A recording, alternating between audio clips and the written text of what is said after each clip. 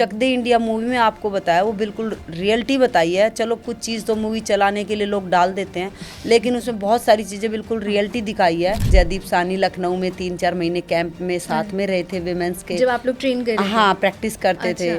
तो जब तो किसी को पता नहीं था भाई ये डायरेक्टर है कौन है, वो ऐसे ही देखते रहते थे, कॉपी लेके बैठे रहे, सोचते कोई पागल है बैठा हुआ बाहर। तो आज से 24 साल पहले तो विमेंस जो है गांव के एरिया में कम खेल पाती थी। कौन बहुओं को खिलाता था, जिसको बोलते बहू है तो घर में ही रहेगी, भलाई वो इंडिया प्लेयर हो चाहे जो भी हो।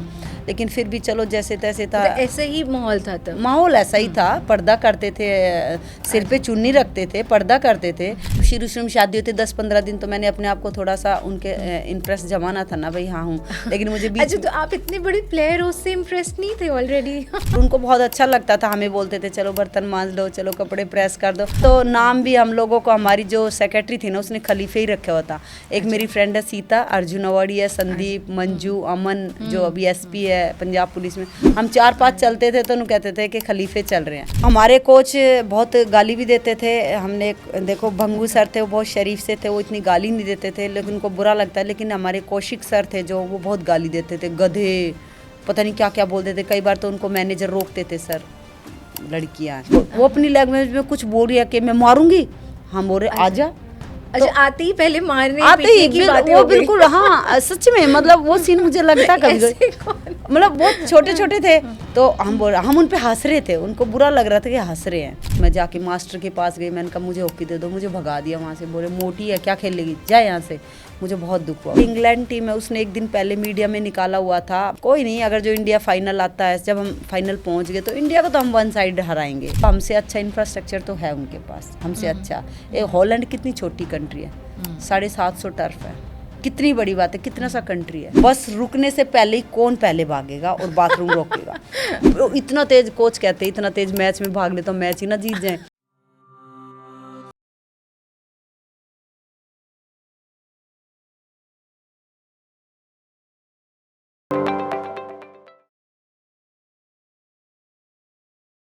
इनके बारे में जितना कहा जाए उतना कम है। It might sound like a cliche, but it's definitely not, especially about her. क्योंकि आज की हमारी जो गेस्ट हैं उनकी कहानी बहुत ही अलग है, एंड स्पेशली जब आप इस पॉडकास्ट पे सुनेंगे तो और भी अलग है, क्योंकि उनके जैसे स्ट्रगल्स, उनकी लगन और उनके जैसी सोच मिलना बहुत ही मुश्किल है. It's very rare to find such a person in sports and specially in hockey, क्योंकि वो भारत के उन कुछ खिलाड़ियों में से हैं जिन्होंने खेल को खेल के सिर्फ छोड़ नहीं दिया, बल्कि उन तक पहुंचाया है जहां पर वो बहुत बार सिर्फ एक सपने तक रह जाता है, खासकर तब जब बात लड़कियों की हो और समय आज से 20 साल पहले का हो. ये आज भी ग्रास रूट्स पे काम कर रही हैं और इनकी ट्रेन की हुई कई खिलाड़ी हैं जो अब इंडिया खेल रहे हैं, ओलंपिक्स भी जीते हैं. ऐसे बहुत सारे खिलाड़ी हैं जो अब स्पोर्ट्स कोटा से जिनको जॉब्स भी मिल गए हैं.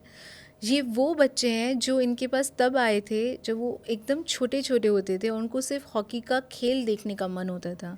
उनमें से किसी ने भी नहीं सोचा था कि वो इंडिया खेलेंगे या प्रोफेशनली कभी हॉकी जैसा गेम खेलेंगे और उससे अपना लाइफ को बदल पाएंगे. But she has changed all these lives. इनका नाम है प्रीतम रानी Siwach, former captain of the Indian women's hockey team, an Arjuna awardee and the only female coach in India in hockey to have won a Dronacharya award. And I'm sure everybody remembers the popular Bollywood movie Chak De, where she has inspired the role of Captain Vidya Sharma, where the movie showcases the story of Indian women's hockey team starting from nowhere and finally ending up winning gold at the Commonwealth Games, making history in Indian hockey. So let's meet Preetam Rani Siwaj today at TDM Manthan. Thank you for coming to our show. बहुत अच्छा लग रहा है मुझे कि आज आप हमारे शो पे आए हैं. फाइनली हमने इतनी सारी बातें कर ली, हम मिल लिए, तो आज आप हमारे यहाँ पे पहुँच गए. Thank you so much. I hope आप इन्जॉय करेंगे इस कॉन्वर्सेशन को. तो प्रीतम जी, आप पहले तो मैं आपसे ये पूछना चाहूँगी कि ये अभी अभी फाइनली क्या हो रहा है? पीछे की कहानी तो बहुत सारी है, लेकिन जैसे अभी जनवरी में मैंने देखा आप लोग के खिलाए भी बहुत सारे बच्चे जो हैं वो इंडिया खेले हैं, इंटरनेशनल हॉकी लीग में जो बना है उसमें खेले हैं। तो वो जो हॉकी लीग बना है ये बहुत पहली बार हुआ है, राइट? हाँ, जो ये विमेंस का, सबसे पहले मैं उसका थैंक यू करना चाहूँगी कि आपने मुझे बुलाया। और आपको ये बताना चाहूँगी कि ये हमारी हॉकी की जो विमेंस की लीग है पहली बार स्टार्ट हुई है। जो HI लीग है ये अभी स्टार्ट हुई है, और पहले बॉयज़ की होती रही है लेकिन बीच में 8 साल का गैप आ गया था। लेकिन अब मेन और विमेन दोनों की स्टार्ट हुई थी, और अभी नेक्स्ट जो है वो फिर जनवरी में है। और इसमें पूरे वर्ल्ड के जो टॉप के प्लेयर होते हैं वो खेलते हैं, और उसमें मेरी खुद की एकेडमी के भी 11 बच्चे खेल रहे थे। 11 बच्चे हैं जी। तो ये IPL जैसा हो गया? बिल्कुल बिल्कुल, लाइक जैसे क्रिकेट होता है, क्रिकेट का IPL होता है, हमारा ये HIL रहता है ऐसे। अच्छा, तो ये हॉकी में इतना इम्पोर्टेंट, जैसे IPL से कितने लोगों को खेलने का मौका मिला, तो हॉकी में ये तो बहुत बड़ी बात है कि ये विमेंस हॉकी में स्पेशली कि फाइनली हो रहा है यहाँ पे, ये फाइनली हो भी रहा। इसमें बच्चे को अपना टैलेंट दिखाने का मौका मिलता है, और फाइनेंशियली भी बेनिफिट है, और नए नए प्लेयरों के साथ रहता है, उनका कल्चर अडॉप्ट करने का भी मौका मिलता है। जैसे आप एक टीम में खेल रहे हो, कोई हॉलैंड का है, कोई इंग्लैंड का, कोई जर्मनी की प्लेयर है, तो उनके साथ आप रहते हो रूम के अंदर, तो उनका कल्चर पता लगता। तो ये हमारे लिए बहुत मतलब है कि इंडियंस प्लेयर्स के लिए बहुत मतलब फ़ायदा है इसका। तो मिक्सअप होने का टाइम मिलता है वहाँ पे, साथ रहने का? बिल्कुल मिक्सअप। आप एक टीम में हो, एक टीम बनी है, जैसे सूरमा टीम बनी है या उड़ीसा वॉरियर्स बनी है, उसमें क्या होगा, आपके 18 या 24 प्लेयर होंगे, अलग अलग कंट्रियों के होंगे, एक जगह के नहीं होते, वो सब अलग अलग होते हैं। और उनको जो है प्लेयरों को उनकी बोलियां लगती हैं प्लेयरों की, और तब वो सिलेक्ट होते हैं। फिर वो सब जो है एक साथ प्रैक्टिस करते हैं कुछ टाइम के लिए, फिर वो एक साथ ही रहते हैं टूर्नामेंट तक, टिल द टूर्नामेंट। कम से कम 1 महीना एक साथ रहते हैं वो। तो आपस में बात भी करते हैं, रूमों में 3-3 4-4 जन रहते हैं होटल के अंदर, तो भी बात करते हैं, खेलते भी एक साथ है। तो ये हम लोग के लिए बहुत अच्छा तो है। बॉन्डिंग का बहुत अच्छा टाइम उसमें हाँ मिलता बिल्कुल है। बिल्कुल बिल्कुल। और इंडियन और प्लेयर्स, इंटरनेशनल प्लेयर्स, ये अभी आपने देखा कैसे चल रहा है उनका नहीं, ये आपस में जो बॉन्ड है? हाँ बहुत ज़्यादा है। देखो बॉन्डिंग का भी है। बहुत सारे बच्चे हमारे ऐसे होते हैं जैसे इंग्लिश नहीं बोल सकते, या उनको हिंदी नहीं आती, लैंग्वेज का भी बैरियर आता है, लेकिन देखो फिर भी हमारे बच्चे बोलते हैं, उनको समझाते हैं, वो हमारा खाना खाते हैं, इंडियन क्या फूड खाते हैं, या जैसे अलग अलग जगहों पे मैचेज होते हैं, कैसा कल्चर है उसको देखते हैं। तो और एक प्लेयर जो होते हैं, छोटी लड़की है कोई, जैसे टीम में खेल रही है, एक 18 साल की लड़की है, एक ओलंपिक गोल्ड मेडलिस्ट के साथ खेल रही है, तो उसको कैसा महसूस होता है कि विनिंग टाइम कैसे होते हैं, ये क्या सोचते हैं जो प्लेयर ओलंपिक में मेडल लेते हैं, तो ये कितना अच्छा लगता है। तो इससे हमारा जो हॉकी है विमेंस की या मैन की बहुत ग्रो करती है। तो वो भी लर्निंग बहुत ज़्यादा है उसमें। बिल्कुल बिल्कुल। और पैसे भी बेटर है, पैसा भी मिलता है बच्चे को। अब जैसा खिलाड़ी है उसकी, जैसे किसी के लिए बोलेंगे भाई ये 2 लाख में, 3 लाख में, 20 लाख में, इतने में प्लेयर बिकते हैं। जैसे जैसे उनका लेवल है या डिमांड है, या जैसे अभी कुछ बच्चों का ऐसा भी होता है, जैसे इस लीग में नहीं देखा था किसी कोच ने, तो अभी वो देख लिया, तो अगले में उनकी ज़्यादा बोलियां लगेगी, ज़्यादा महंगा प्लेयर बिकेगा। तो बहुत बेनिफिट है इस चीज़ का। तो ये बहुत बढ़िया, मतलब ये हॉकी में आना बहुत ज़रूरी था। हाँ बहुत ज़रूरी था, बहुत टाइम से ट्राई कर रहे थे। मैं बहुत धन्यवाद करती हूँ हॉकी इंडिया का कि ये चीज़ लेके आए, और अब लड़कियाँ खेल रही हैं। हम जैसे लोगों के लिए बहुत बेनिफिट है, हॉकी सीखने को मिले, हॉकी देखने को मिल रही है, और हम ग्रास रूट पे काम कर रहे हैं, तो हम लोग को ज़्यादा ही अच्छा लगेगा कि हम और अच्छे प्लेयर तैयार कर पाएंगे। ज़्यादा ज़रूरत भी है कि उन बच्चों को इतना एक्सपोजर मिल रहा है। बिल्कुल बिल्कुल। ये एक्सपोजर बहुत इंपॉर्टेंट होता है जब आप खेलते हैं साथ में। बिल्कुल एक्सपोजर चाहिए। जो लर्निंग है वो हॉकी में जब आप अपने फील्ड में करें उससे ज़्यादा लर्निंग उसमें। हाँ ग्रास रूट पे प्लेयर सोचता है कि अगली बार मैं जो है HIL में खेलूं और अपने आप को प्रूव करके नेशनल टीम के लिए सिलेक्ट हूँ। आप देखो ना, प्लेटफॉर्म है एक। जब बच्चे खेलेंगे HIL की, पहले तो डिमांड HIL की करेंगे, कुछ बच्चे ऐसे होते हैं जो नेशनल में नहीं खेल पाते या कुछ HIL में नहीं खेल पाते, तो अपने आप को एक उनको प्लेटफॉर्म मिलता है अपने आप को प्रूव करने का, तो वहाँ से सिलेक्ट होकर नेशनल टीम के लिए खेलते हैं फिर। तो ये और ज़्यादा खिलाड़ी खेल पा रहे हैं इसमें। हाँ इसमें ज़्यादा से ज़्यादा खिलाड़ी इन्वॉल्व हो पा रहे हैं। एक टीम में 24 खिलाड़ी हैं। तो अब पिछली बार हमारी विमेंस की 4 टीम थी, अब की बार आई थिंक 6 बनने वाली है, 6। तो 6 में आप देखो ना, एक टीम में 6 टीमों में कितने खिलाड़ी बटेंगे, तो सबको खेलने का मौका मिलेगा इससे।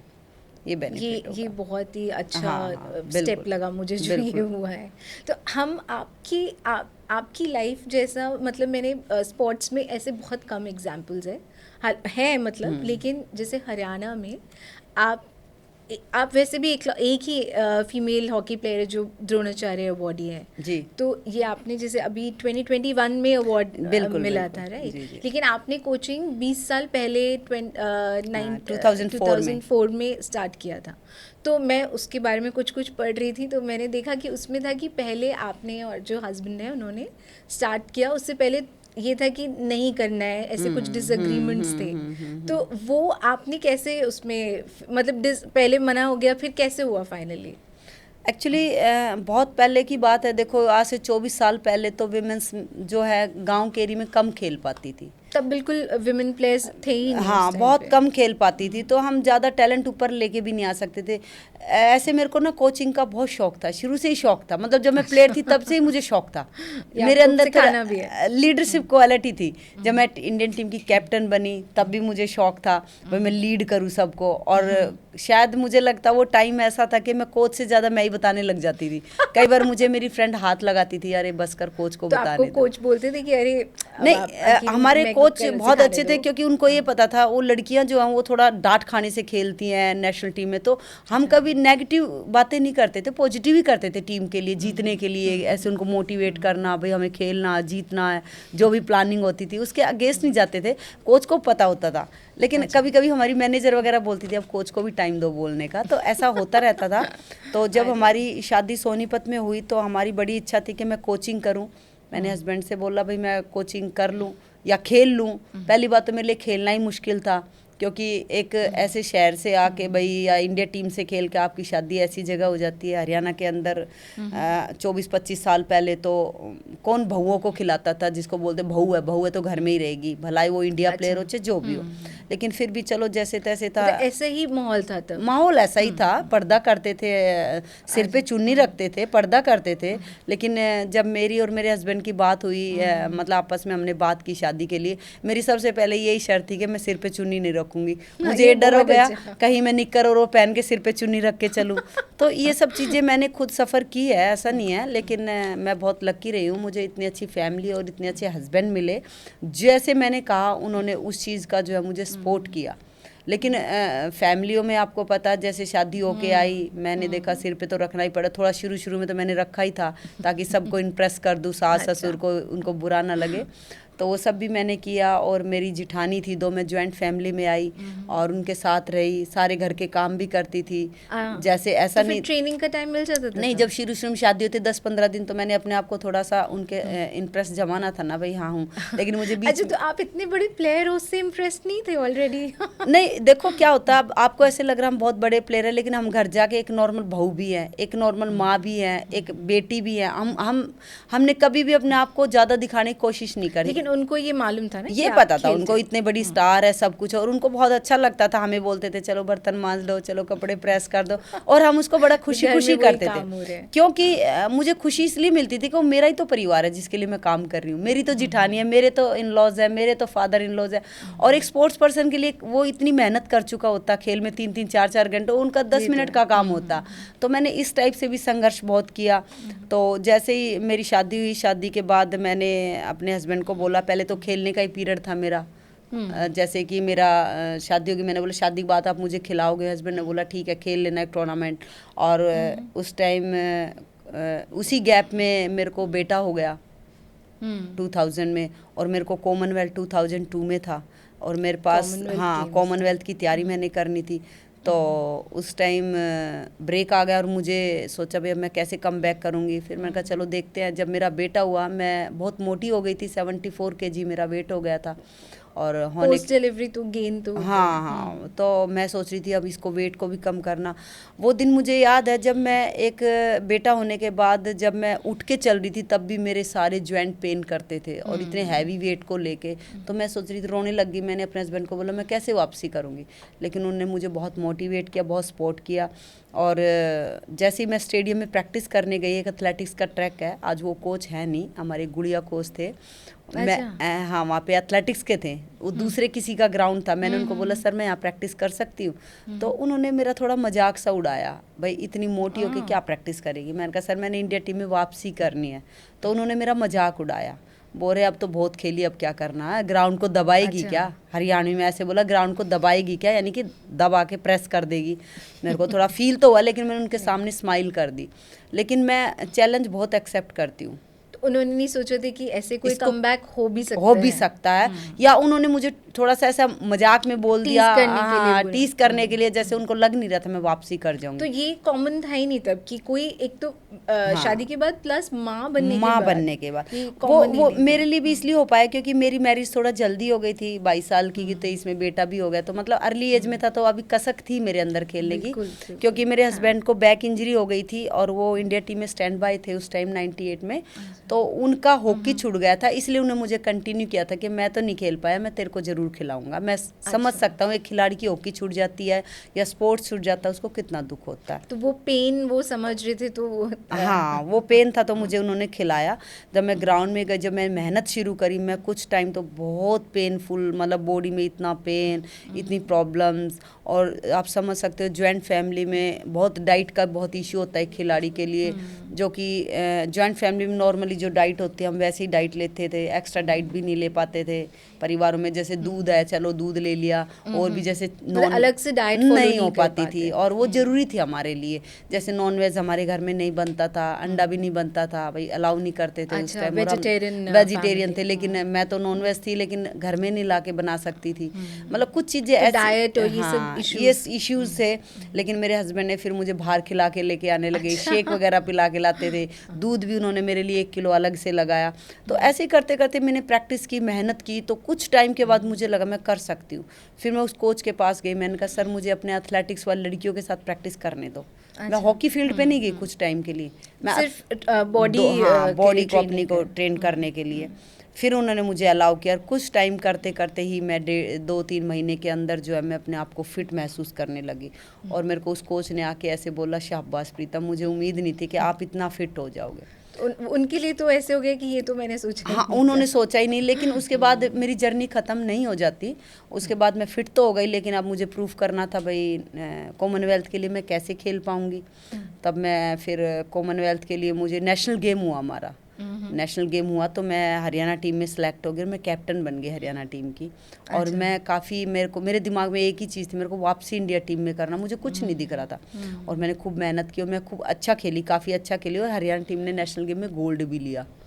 गोल्ड लिया, ये आपका पहला कमबैक तो यही हो गया था। लेकिन उसमें भी मैं सिलेक्ट नहीं हुई। मैं अच्छा खेली, लेकिन मैं सिलेक्ट नहीं हुई। सब ने सोचा बस जैसे इंडिया में सोचते हैं ना, भाई शादी होगी तो कैरियर खत्म है, बच्चा होगा तो कैरियर खत्म है, मतलब ऐसा सोचते हैं हम इंडियंस मैरिज के बाद, बस भाई ऐसा है। तो मेरे को बड़ा दुख हुआ कि मैंने इतनी फिटनेस की। फिर हमने कोशिश की भाई हम वापस कैसे कर सकते हैं। तो एक कोच है, ये हमारे एक बंसल साहब कोच लगे थे विमेंस हॉकी टीम के साथ कुछ टाइम के लिए। उन्होंने एक डिमांड की कि भाई प्रीतम को मुझे वापसी चाहिए। उन्होंने एक इंटरव्यू में बोला था भाई ऐसे ऐसे वो आ जाती है तो बहुत ही अच्छी बात है। तो मैं उनका भी थैंक्स करती हूँ कि उनका भी बहुत रोल रहा है। और जब वहाँ से एक पुश मिल गया मुझे, तब मैंने हॉकी इंडिया में पूछा भाई ऐसे ऐसे है, तो उन्होंने मुझे जो है फिर बुला लिया कैंप में। और बुलाने के लिए मुझे उन्होंने नेशनल कैंप में बुला लिया मुझे। शायद हमारी 40 लड़कियाँ उस टाइम ली गई थी और मैं वहाँ पे सिलेक्ट हो गई। मतलब इन 40 लड़कियों में बुला लिया मुझे। और मैं उन कोच का भी धन्यवाद करती हूँ कि मुझे बुलाया। लेकिन वो कॉमनवेल्थ में कोच नहीं थे उसी टाइम, उनको हटा दिया गया था, कुछ रीजंस थे, कोच चेंज करना था तो कर दिया था। लेकिन जब हमारी टीम गई तो मेरे को चांस कहीं टीम में ना मिले ना। तो फिर उसके बाद मुझे टीम में नंबर मिला। लेकिन टीम के साथ हमारी जो हॉकी की सेक्रेटरी होती थी अमृता बोस, वो टीम के साथ मैनेजर गई। और हमारे कोच जो नए लगे थे गुरुदयाल भंगू, 98 में भी कोच थे, वो ही हमारे साथ गए थे। तो वो वैसे काफ़ी अच्छा मानते थे मेरे को। लेकिन आफ्टर डिलीवरी उनको पता नहीं था भाई कैसे क्या। हमारा क्वालिफाइंग राउंड था, मतलब ओलंपिक में पहले हमारे कॉमनवेल्थ के लिए हमारे ट्रायल्स टाइप थे लंदन में, ट्रायल्स थे हाँ मैनचेस्टर में, इंग्लैंड में। तो हम लोग की टीम गई, 4 नेशनल कप था वहाँ पे। 4 नेशनल कप में वहाँ पे जो क्लियर करता है फिर आगे, हाँ नहीं वो मतलब इसलिए ले गए ना कि आगे जो होता है क्या होता है, अच्छे खिलाड़ियों को फिर बोलने का मौका नहीं मिलता। जो वहाँ प्रूफ करेगा वो कॉमनवेल्थ में खेलेगा। तो मैं वहाँ गई, मेरे को बड़ा था कि मैं इतने छोटे बच्चे को छोड़ के आई हूँ, 3 महीने का 4 महीने का मेरा बच्चा। हाँ, मैं गई, बहुत ही छोटा, हाँ बहुत ही छोटा मेरा बच्चा था। और आप यकीन सकते हो, जब मदर फीड करती है दूध बच्चे को, मेरे को इतनी परेशानी भी हुई थी, बहुत ज़्यादा परेशानी हुई, लेकिन मेरे को एक ही धुन थी कि मैं खेल के आऊँगी इंडिया टीम से, दोबारा कम बैक करके और मेडल लेके आऊँगी। तो उसको देखने के लिए घर पे लोग उसको देखने के लिए मेरी सास और मेरे ससुर बहुत अच्छे थे। उन्होंने मेरे को बोला, बेटा इसकी चिंता ना कर, इसको हम अपने आप देख लेंगे, तू खेल। उन्होंने सपोर्ट किया कि उन्होंने आप फुल सपोर्ट किया, फुल सपोर्ट किया उन्होंने। इतने छोटे बच्चे को कोई रख नहीं सकता। इवन मेरी मदर इन लॉ का पैर भी टूट गया था एक बार ना, बारिश में छोटा बच्चा भाग लिया, ऐसे भागने लगा ना, तो सोची गिर ना जाए, तो मदर खुद स्लिप होगी, उसको गोदी में रखा उन्होंने, और उस टाइम उनका पैर भी फ्रैक्चर हो गया था। तो मेरे को बड़ा लगा कि इतनी सेवा करके उन्होंने बच्चे को रखा। वैसे तो खैर वो उनका पोता, अपने पोते से सब प्यार करते हैं, लेकिन इतने छोटे बच्चे को रखना बहुत बड़ी बात है। फिर उसके बाद हम जब इंग्लैंड में मैचेस खेले मैनचेस्टर में, तो वहाँ पे मैंने अपने बच्चे का ही चेहरा देखती थी। मैंने कहा मैं इतने छोटे बच्चे को छोड़ के मन में अंदर ही अंदर मैंने कहा कुछ हो जाए, मुझे खेलना। उस टाइम मेरे को टीम का नहीं था, उस टाइम मुझे सेल्फ था, क्योंकि मेरे को अपनी परफॉर्मेंस अच्छी देनी है। और मैंने अच्छी परफॉर्मेंस भी दी, और मेरे को वहाँ टूर्नामेंट का बेस्ट प्लेयर का मिला। हाँ, तो और मुझे सफल हो गया, मैं सफल हो गया। और हमारी खुद की जो सेक्रेटरी थी, उसको वो काफ़ी बार मुझे बोलती भी रहती थी, आ जाते हो, जैसे बोलते हैं ना भाई क्यों आ जाते हो दोबारा, हमें टीम मिले। फिर वो मेरे को उन्होंने शाबाशी दी कि मैं ऐसे प्लेयर चाहती हूँ, देखो इन्होंने कम बैक किया तो प्रूफ किया। तो वहाँ से मैं कॉमनवेल्थ में सिलेक्ट हो गई। ये वही कॉमनवेल्थ है जिसका वो मूवी बनी है चक दे। बिल्कुल, क्योंकि हमारी विमेंस हॉकी का कभी गोल्ड आया नहीं आज तक, तब तक नहीं आया, आज तक भी नहीं आया। वो ही एक आया था 2002 में। हमने गोल्ड लिया, और वहाँ से विमेंस हॉकी, वैसे तो 98 में भी हमारा 13 साल के बाद एशियन गेम्स में मेडल आया था।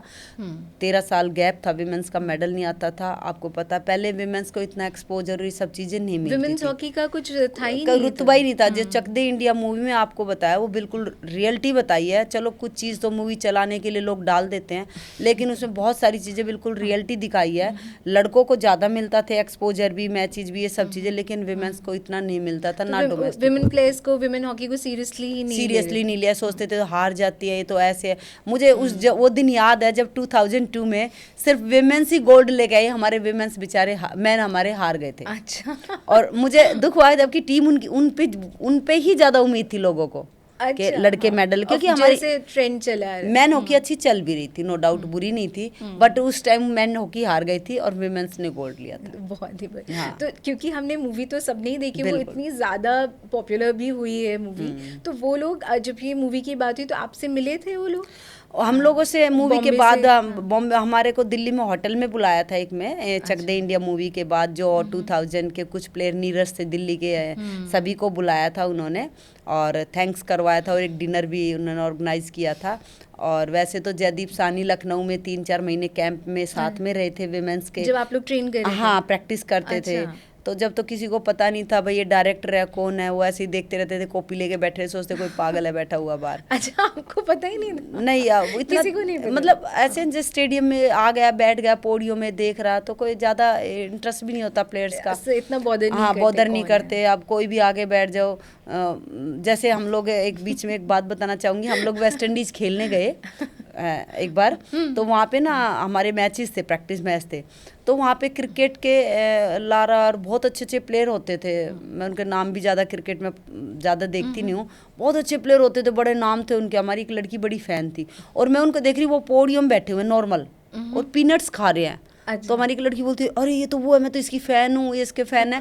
तो मैं जैसे लाइक हम लोगों ने कोई इतना, वो प्लेयर अच्छे प्लेयर है बैठे हैं पब्लिक में, मतलब इस टाइप से ही, जैसे जयदीप सानी आया, कौन ध्यान देता है, हमें क्या पता कौन जयदीप सानी है, कौन फिल्म, हमें खेल से मतलब है। तो इस टाइप से बैठा। बाद में बहुत दिन के बाद जो जाने लगा, तब उसने बताया कि ऐसे ऐसे मूवी बनेगी और ऐसे है। अच्छा। हाँ, तो ऐसे है। और ये बर्थडे का सीन भी, एक लड़की का बर्थडे था उसमें डला हुआ, मतलब कुछ कुछ सीन उन्होंने अच्छे लिए हैं। रेलवे कैंप में जैसे हम लोग जाते हैं, पूरे खलीफे होते हैं, वो जो रुमाल रखने वाली जो बात थी कि वो यहाँ रखेगी तो उसका बेड हो जाएगा। ये चीज़ मैं ये चीज़ की बताती हूँ। जब हमारा नेहरू स्टेडियम कैंप लगता था, तो हमारे को बस लेके आती थी नेशनल स्टेडियम खेलने के लिए। तो हमारी सीनियर होती थी राजबीर कौर, सिब्बिल वगैरह, बहुत हम तो यंग थे, ऐसे नए नए आए थे। जब बड़ा होता था तो क्या होता था, कोच ही रूम बनाता था कि वो उसके साथ रहेगी, वो उसके साथ रहेगी, ऐसे ऐसे Decide करके करे ना कि डिसाइड कौन कोच किसके लिस्ट भेज देता था। फिर ऐसे ना मुंह बन जाते थे, यार इसके साथ रूम दे दिया, ऐसे मतलब होता था। क्योंकि क्या होता है, फ्रेंड्स में ज़्यादा कंफर्टेबल होता है ना।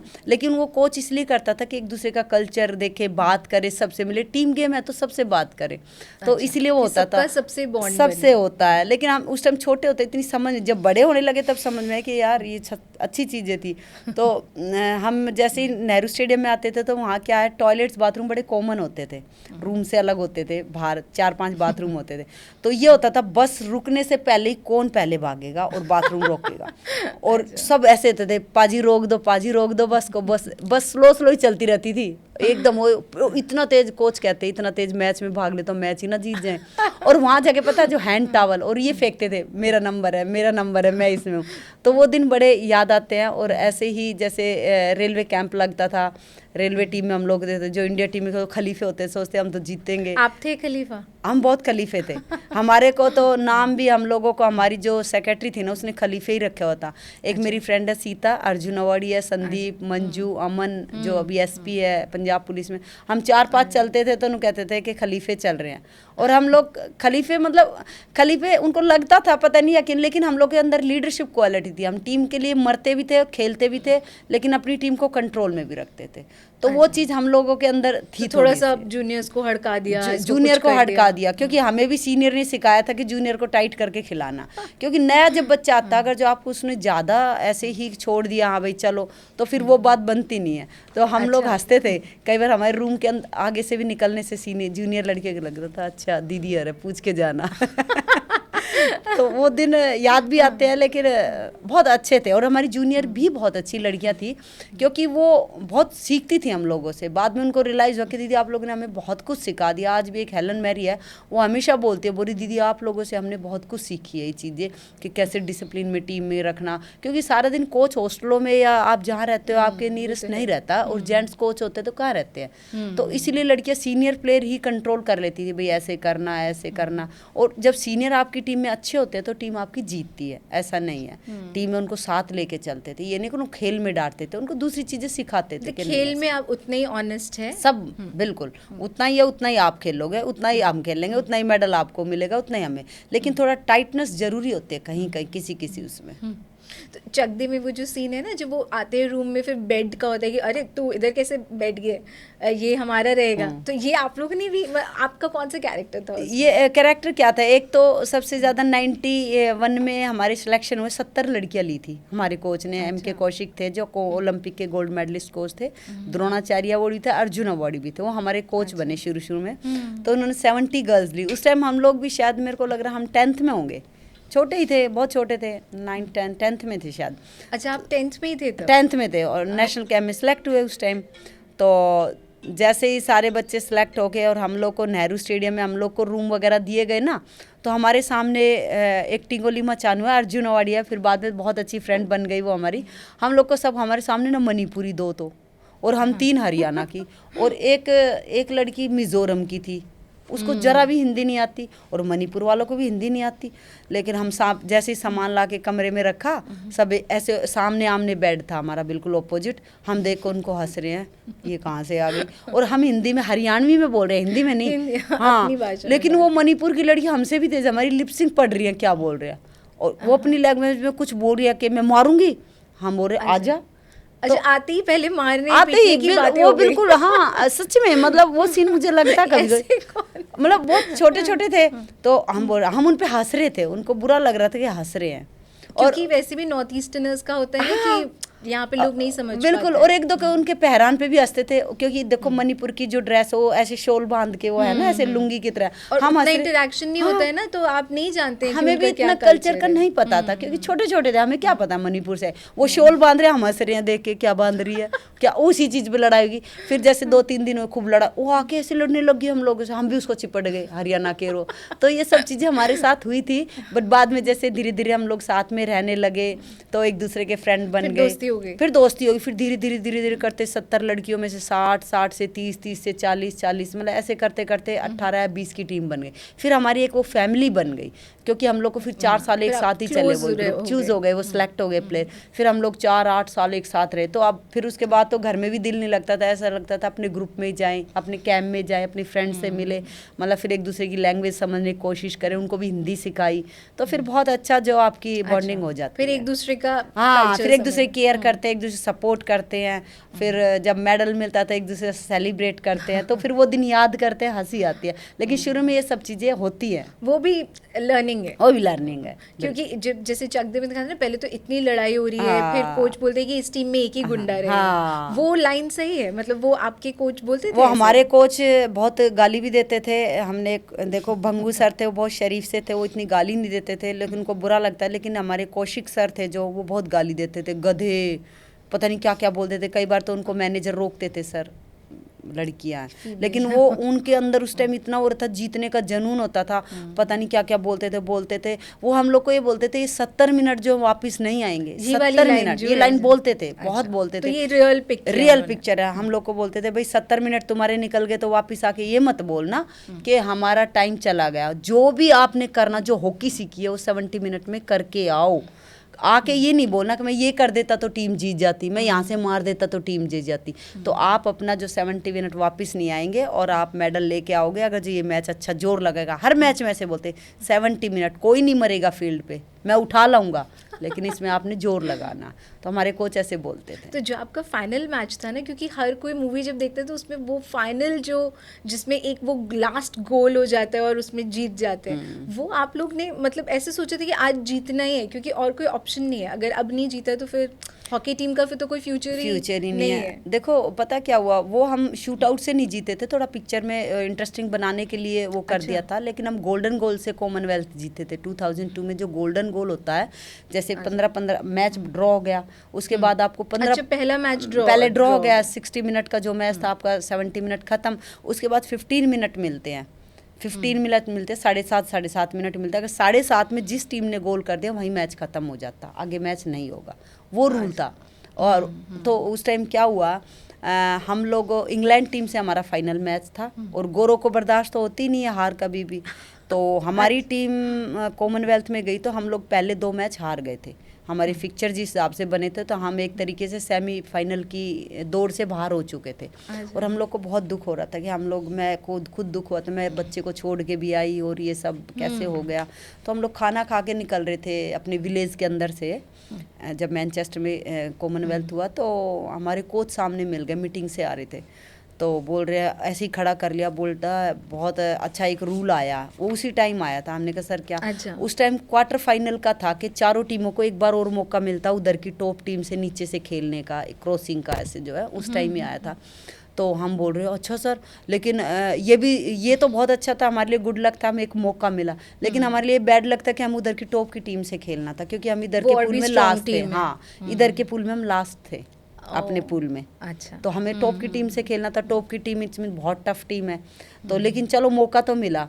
तो बाकी जैसे इंग्लैंड टीम है, उसने एक दिन पहले मीडिया में निकाला हुआ था, भाई ऐसे टीमों के बारे में बोलते हैं, जैसे सेमीफाइनल से उनके प्रेस में, हाँ उनकी मीडिया में निकाला हुआ था, कि प्रेस में निकाला कि कोई नहीं, अगर जो इंडिया फाइनल आता है, जब हम फाइनल पहुंच गए तो इंडिया को तो हम 1 साइड हराएंगे, मतलब बहुत कमजोर टीम है, ऐसे उन्होंने, तो हमारे कोच ने दिखाया, ऐसे निकाला हुआ। लेकिन उससे पहले हमने जो जर्नी शुरू की थी कॉमनवेल्थ की, तो उधर की टॉप की टीम से हमारा मैच चल रहा था, और वो मैच हमारा था न्यूजीलैंड से।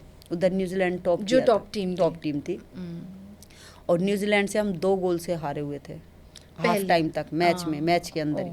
और मुझे याद है वो दिन बारिश हो रही थी और बहुत ठंडा भी था, कि वेदर बिल्कुल चेंज होता वहाँ का, यहाँ से बिल्कुल हाँ बिल्कुल ऑपोजिट होता, और इतनी ठंड। और मैं सोच रही 2 गोल कैसे उतरेंगे, 2 गोल मार के एक मारना भी, जीतेंगे कैसे? तो मेरी फ्रेंड मेरे पास आई, बोलते यार मैं आगे खेलती हूँ स्ट्राइकर, बोले यार गोल कर लो तुम लोग, आगे खेलो, पीछे हम नहीं लेंगे, तुम खेलो तो सही। मैं कहा यार कैसे खेल रही, ठंड भी इतनी हो रही है, हाथ भी ठंडे हो रहे हैं, और वो मतलब तो वो प्रेशर आप लोगों पे था कि आपको बहुत था, सीनियर लड़कियों पे प्रेशर था, भाई हमें खेलना ही है।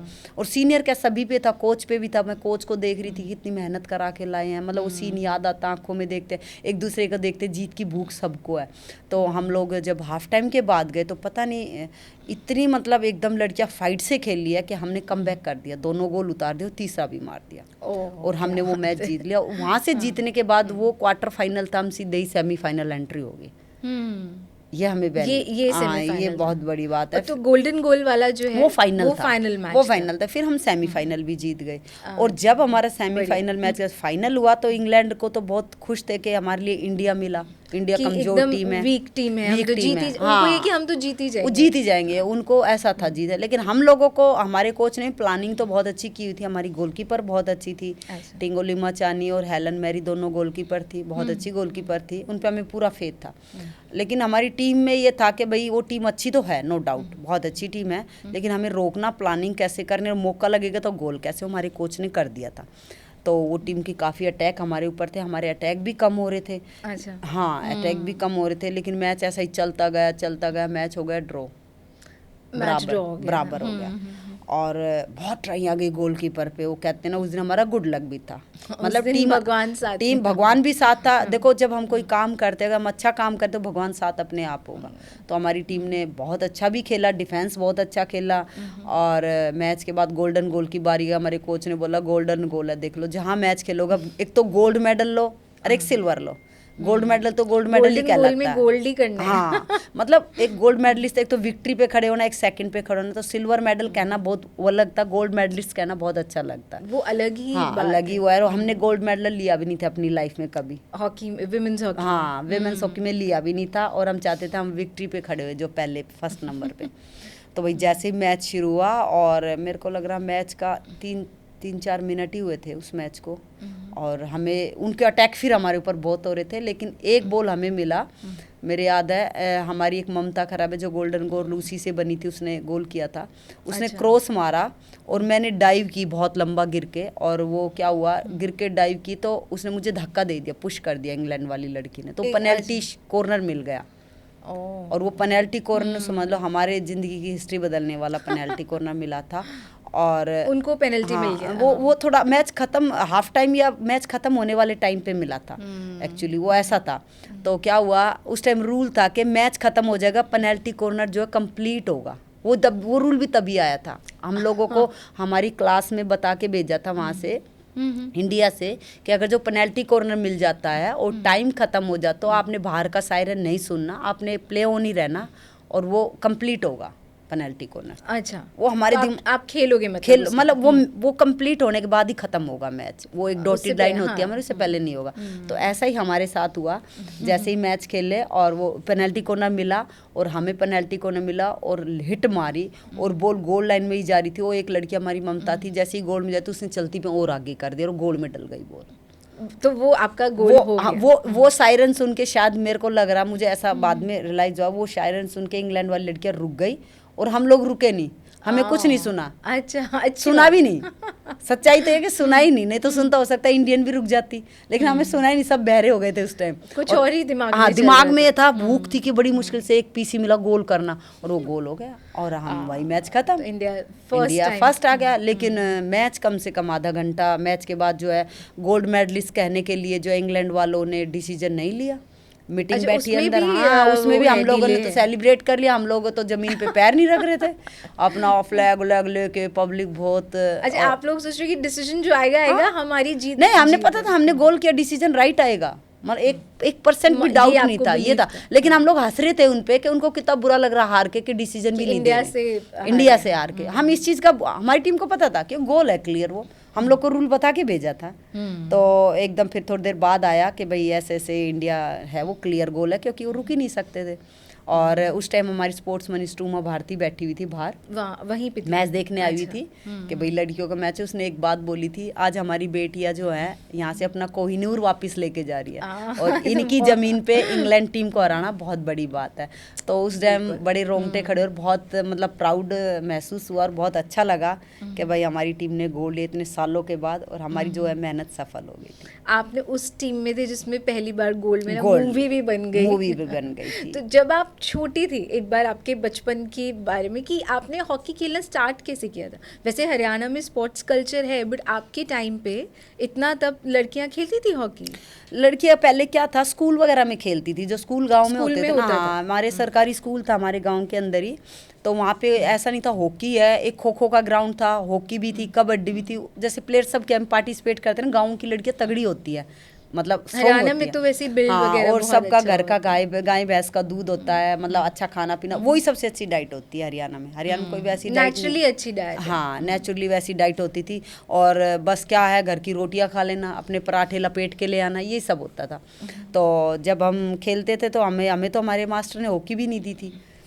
आपको हॉकी नहीं। पर आपको मन किया था हॉकी खेलने का कि हाँ देखते हाँ, देखते? मेरी क्लास होती थी, मैं उसमें से देखती थी मैदान में बच्चे खेल रहे हैं, तो हॉकी मैं ऐसे खेल। देखती थी जंगले से। कई बार मेरी मास्टर, जो मेरी स्कूल की टीचर थी, जो पढ़ाती थी, मेरे को पीटती भी थी, बोलती तेरा ध्यान बाहर क्या, वो कुछ पूछती थी, मेरा ध्यान ही नहीं होता आप था। उधर ही देख रहे हाँ, हो। वैसे मैं नालायक थी पढ़ाई में, तो ये कोई इसमें शक नहीं है, क्योंकि मेरा इंटरेस्ट खेल में बहुत था।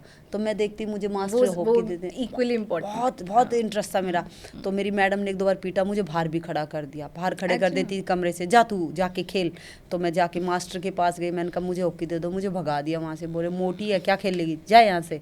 मुझे बहुत दुख हुआ उस अच्छा, टाइम। ऐसे हाँ, बोल ऐसे देते हो बोल आप? देते, गाँव में ऐसे ही बोल देते, वो ज़्यादा इस चीज़ को इशू नहीं मानते। अच्छी बात है। हाँ, फिर मैं घर आई तो मैं अपनी दादी के पास रोने लगी। मैं कहा दादी मुझे भी हॉकी खेलनी है। तो गांव की जो लेडीज़ होती है ना, बड़ी टिपिकल होती है, बड़ी सिंपल होती है, बोली कल मैं जाऊंगी, मैं बता के आऊंगी, ऐसे क्यों नहीं हमारी लड़की को हॉकी दे रहा अच्छा, है ना। चलो दादी ने एटलीस्ट सपोर्ट दादी ने सपोर्ट की। दादी गई और बोलती है ओए मास्टर हॉकी दे मेरी लड़की को भी, ये भी खेल लेगी। बोला दादी ये खेल नहीं पाएगी, मोटी है, नोलिस मारे तो तेरे पास छोड़ने आई, मोटी है, पतली हो जाएगी और खेल लेगी हॉकी। तो फिर ना ऐसी टूटी सी हॉकी दे दी, छोटी सी मुझे, और बस मुझे बात रखने के लिए बात दे दी। रखने के लिए। मुझे बहुत बुरा लगा, मुझे दे के साइड में कर दिया, जब वहाँ खेल ले। अब मेरे पास बॉल भी नहीं, खेलने कैसे? खेलने कैसे? तो कोई पत्थर वगैरह पड़ा रहता था। मेरे याद है वो दिन, मैं सोचती थी एक कोई डिब्बा पड़ा था, मैं उस पर ड्रिबल करना सीख रही थी कि बॉल तो है ही नहीं, और उस टाइम घर से भी इतना नहीं मिलता था कि भी बॉल ले आओ, हॉकी ले आओ, है तो ना। इतना सीरियसली कोई सीरियसली सोचा लेते भी नहीं थे, होता। ऐसे टाइम पास के लिए गई, हम पतली हो जाएगी, या चलो 1 घंटा खेल के आई, काम कर लेंगे, जब तक मामू घर के सभी काम कर लेंगे, भीड़ कर रहे हैं बच्चे ज्यादा, ऐसा होता था ना। हाँ, कि थोड़ा समय बाहर निकल समय बाहर जाएगा। निकल जाए, ये होता था। फिर मेरे को ऐसे ही बाहर रहती थी मैं, छोटी छोटी ड्रिबल, टूटी सी हॉकी थी, तो मैं हॉकी को घर भी नहीं लेके आती थी। मुझे डर लगता था मेरा भाई मुझे चिढ़ाएगा, बड़े वाला, वो रेसलर है मेरा भाई, कॉमनवेल्थ वो सिल्वर wrestler, मेडलिस्ट है, बहुत अच्छा प्लेयर रहा है। तो वो आपके घर में वही एक स्पोर्ट्स वो एक स्पोर्ट्स पर्सन था। तो मैंने सोची, वो भी जब इतना अच्छा प्लेयर नहीं था, नॉर्मली प्रैक्टिस करने जाता था, और मैं आती थी, मुझे बोलता हॉकी मिल गई, मैंने कहा हाँ मिल गई, बोले दिखाना, मैं चुपचाप दरवाजे के पीछे रख देती। अच्छा कि चिढ़ाएंगे चिढ़ाएगा, टूटी हॉकी मिली तेरे को कौन हॉकी देता।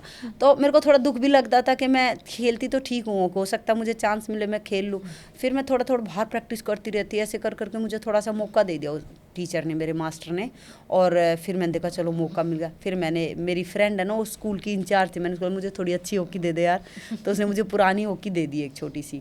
फिर मैं उससे थोड़ी थोड़ी खेलने लगी, ऐसे कर करके मैं थोड़ी थोड़ी खेलने लगी। फिर मुझे थोड़ा मौका मिलना लगा, और फिर हमारे मास्टर पीटते भी थे, पिटाई करते थे, लड़कियों की भी पिटाई लड़कियों की पिटाई करते थे। मैं ऐसे चोटी बना के जाती थी, मेरी चोटी खींच देते, मेरी टेढ़ी मेढ़ी हो जाती थी। मैं सोचती यार बहुत मारते मास्टर तो, लेकिन वो बहुत अच्छे पीटीआई थे, बहुत अच्छे, मतलब उनको कहीं ना कहीं मेरे अंदर भी नजर आ गया कि प्लेयर बनानी है अब ये, मतलब ऐसा मुझे उनको लगा कि ये खेल सकती है ये, ऐसा उनको लगा।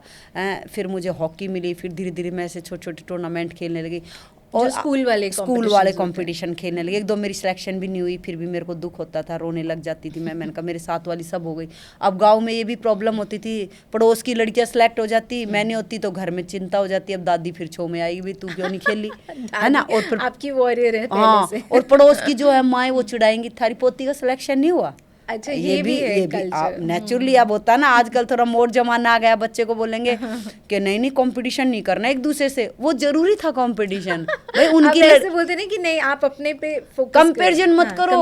आजकल के बच्चे को, आजकल पेरेंट्स को बोलेंगे बच्चे को उस बच्चे से कंपैरिजन मत करो, बच्चा अपनी तरफ से कर रहा है। नहीं भाई, वो कंपैरिजन जरूरी था। मेरी माँ बोलती थी मैं इतनी डाइट देती हूँ, तेरे को इतना दूध पिलाती हूँ, उसकी लड़की खेल ली, तू क्यों नहीं खेल ली? सही, मतलब सवाल है। कोई डाइट में कमी थी? है बता। तो वो चीज़ कहीं ना कहीं बच्चों को Challenge पहले वो घर से। चैलेंज वो प्लेयर बनाते थे। आजकल बच्चों को सॉफ्ट रखते हैं, ये चीज़ नहीं बोलते, डर के मारी नहीं बोलते, क्योंकि एक एक दो दो बच्चा होता है, बच्चा कुछ कर लेता है डिप्रेशन में आ जाएगा। ये बहुत बड़ा हैं? इशू होते जा रहा है पढ़ाई में धीरे-धीरे। नंबर कम लिए तो बच्चे कुछ नहीं बोलना, बच्चे भी फिर इस टाइप के हो गए, आत्महत्या कर लेते हैं, ये सब चीज़ें गलत है। तो मेंटल हेल्थ का हाँ, बहुत issue। बहुत चीजें हैं। तो हम लोग ये चैलेंज शुरू में मिल जाते थे घर में ही, अरे मैं तेरे को खिलाती अब देखूंगी। तो ये चैलेंज जब मैंने लिए तो मैं फिर बनी प्लेयर। यार सही कह रहे हैं, मेरी माँ इतना दूध पिलाती, मुझे रोटी डालती, 4 पराठे रोज बना के लपेट के देती है, खा के आना। तो वहाँ 4 पराठे बांध, कोई फालतू की डाइट नहीं, ओरिजिनल खाना खाते थे, पराठे ले गए वहीं खाए और खेले, ऐसे ही प्लेयर बने। फिर जैसे ही मैं खेलती गई तो अच्छा भी खेलने लगी। फिर एक बार 90 में जब मैं बता रही थी ना नेशनल कैंप के लिए सिलेक्ट हुई, मैं 91 में नेशनल खेल रही थी हरियाणा टीम से, और मैं 10th में ही थी उस टाइम, 10th नहीं, हाँ 10th में ही थी।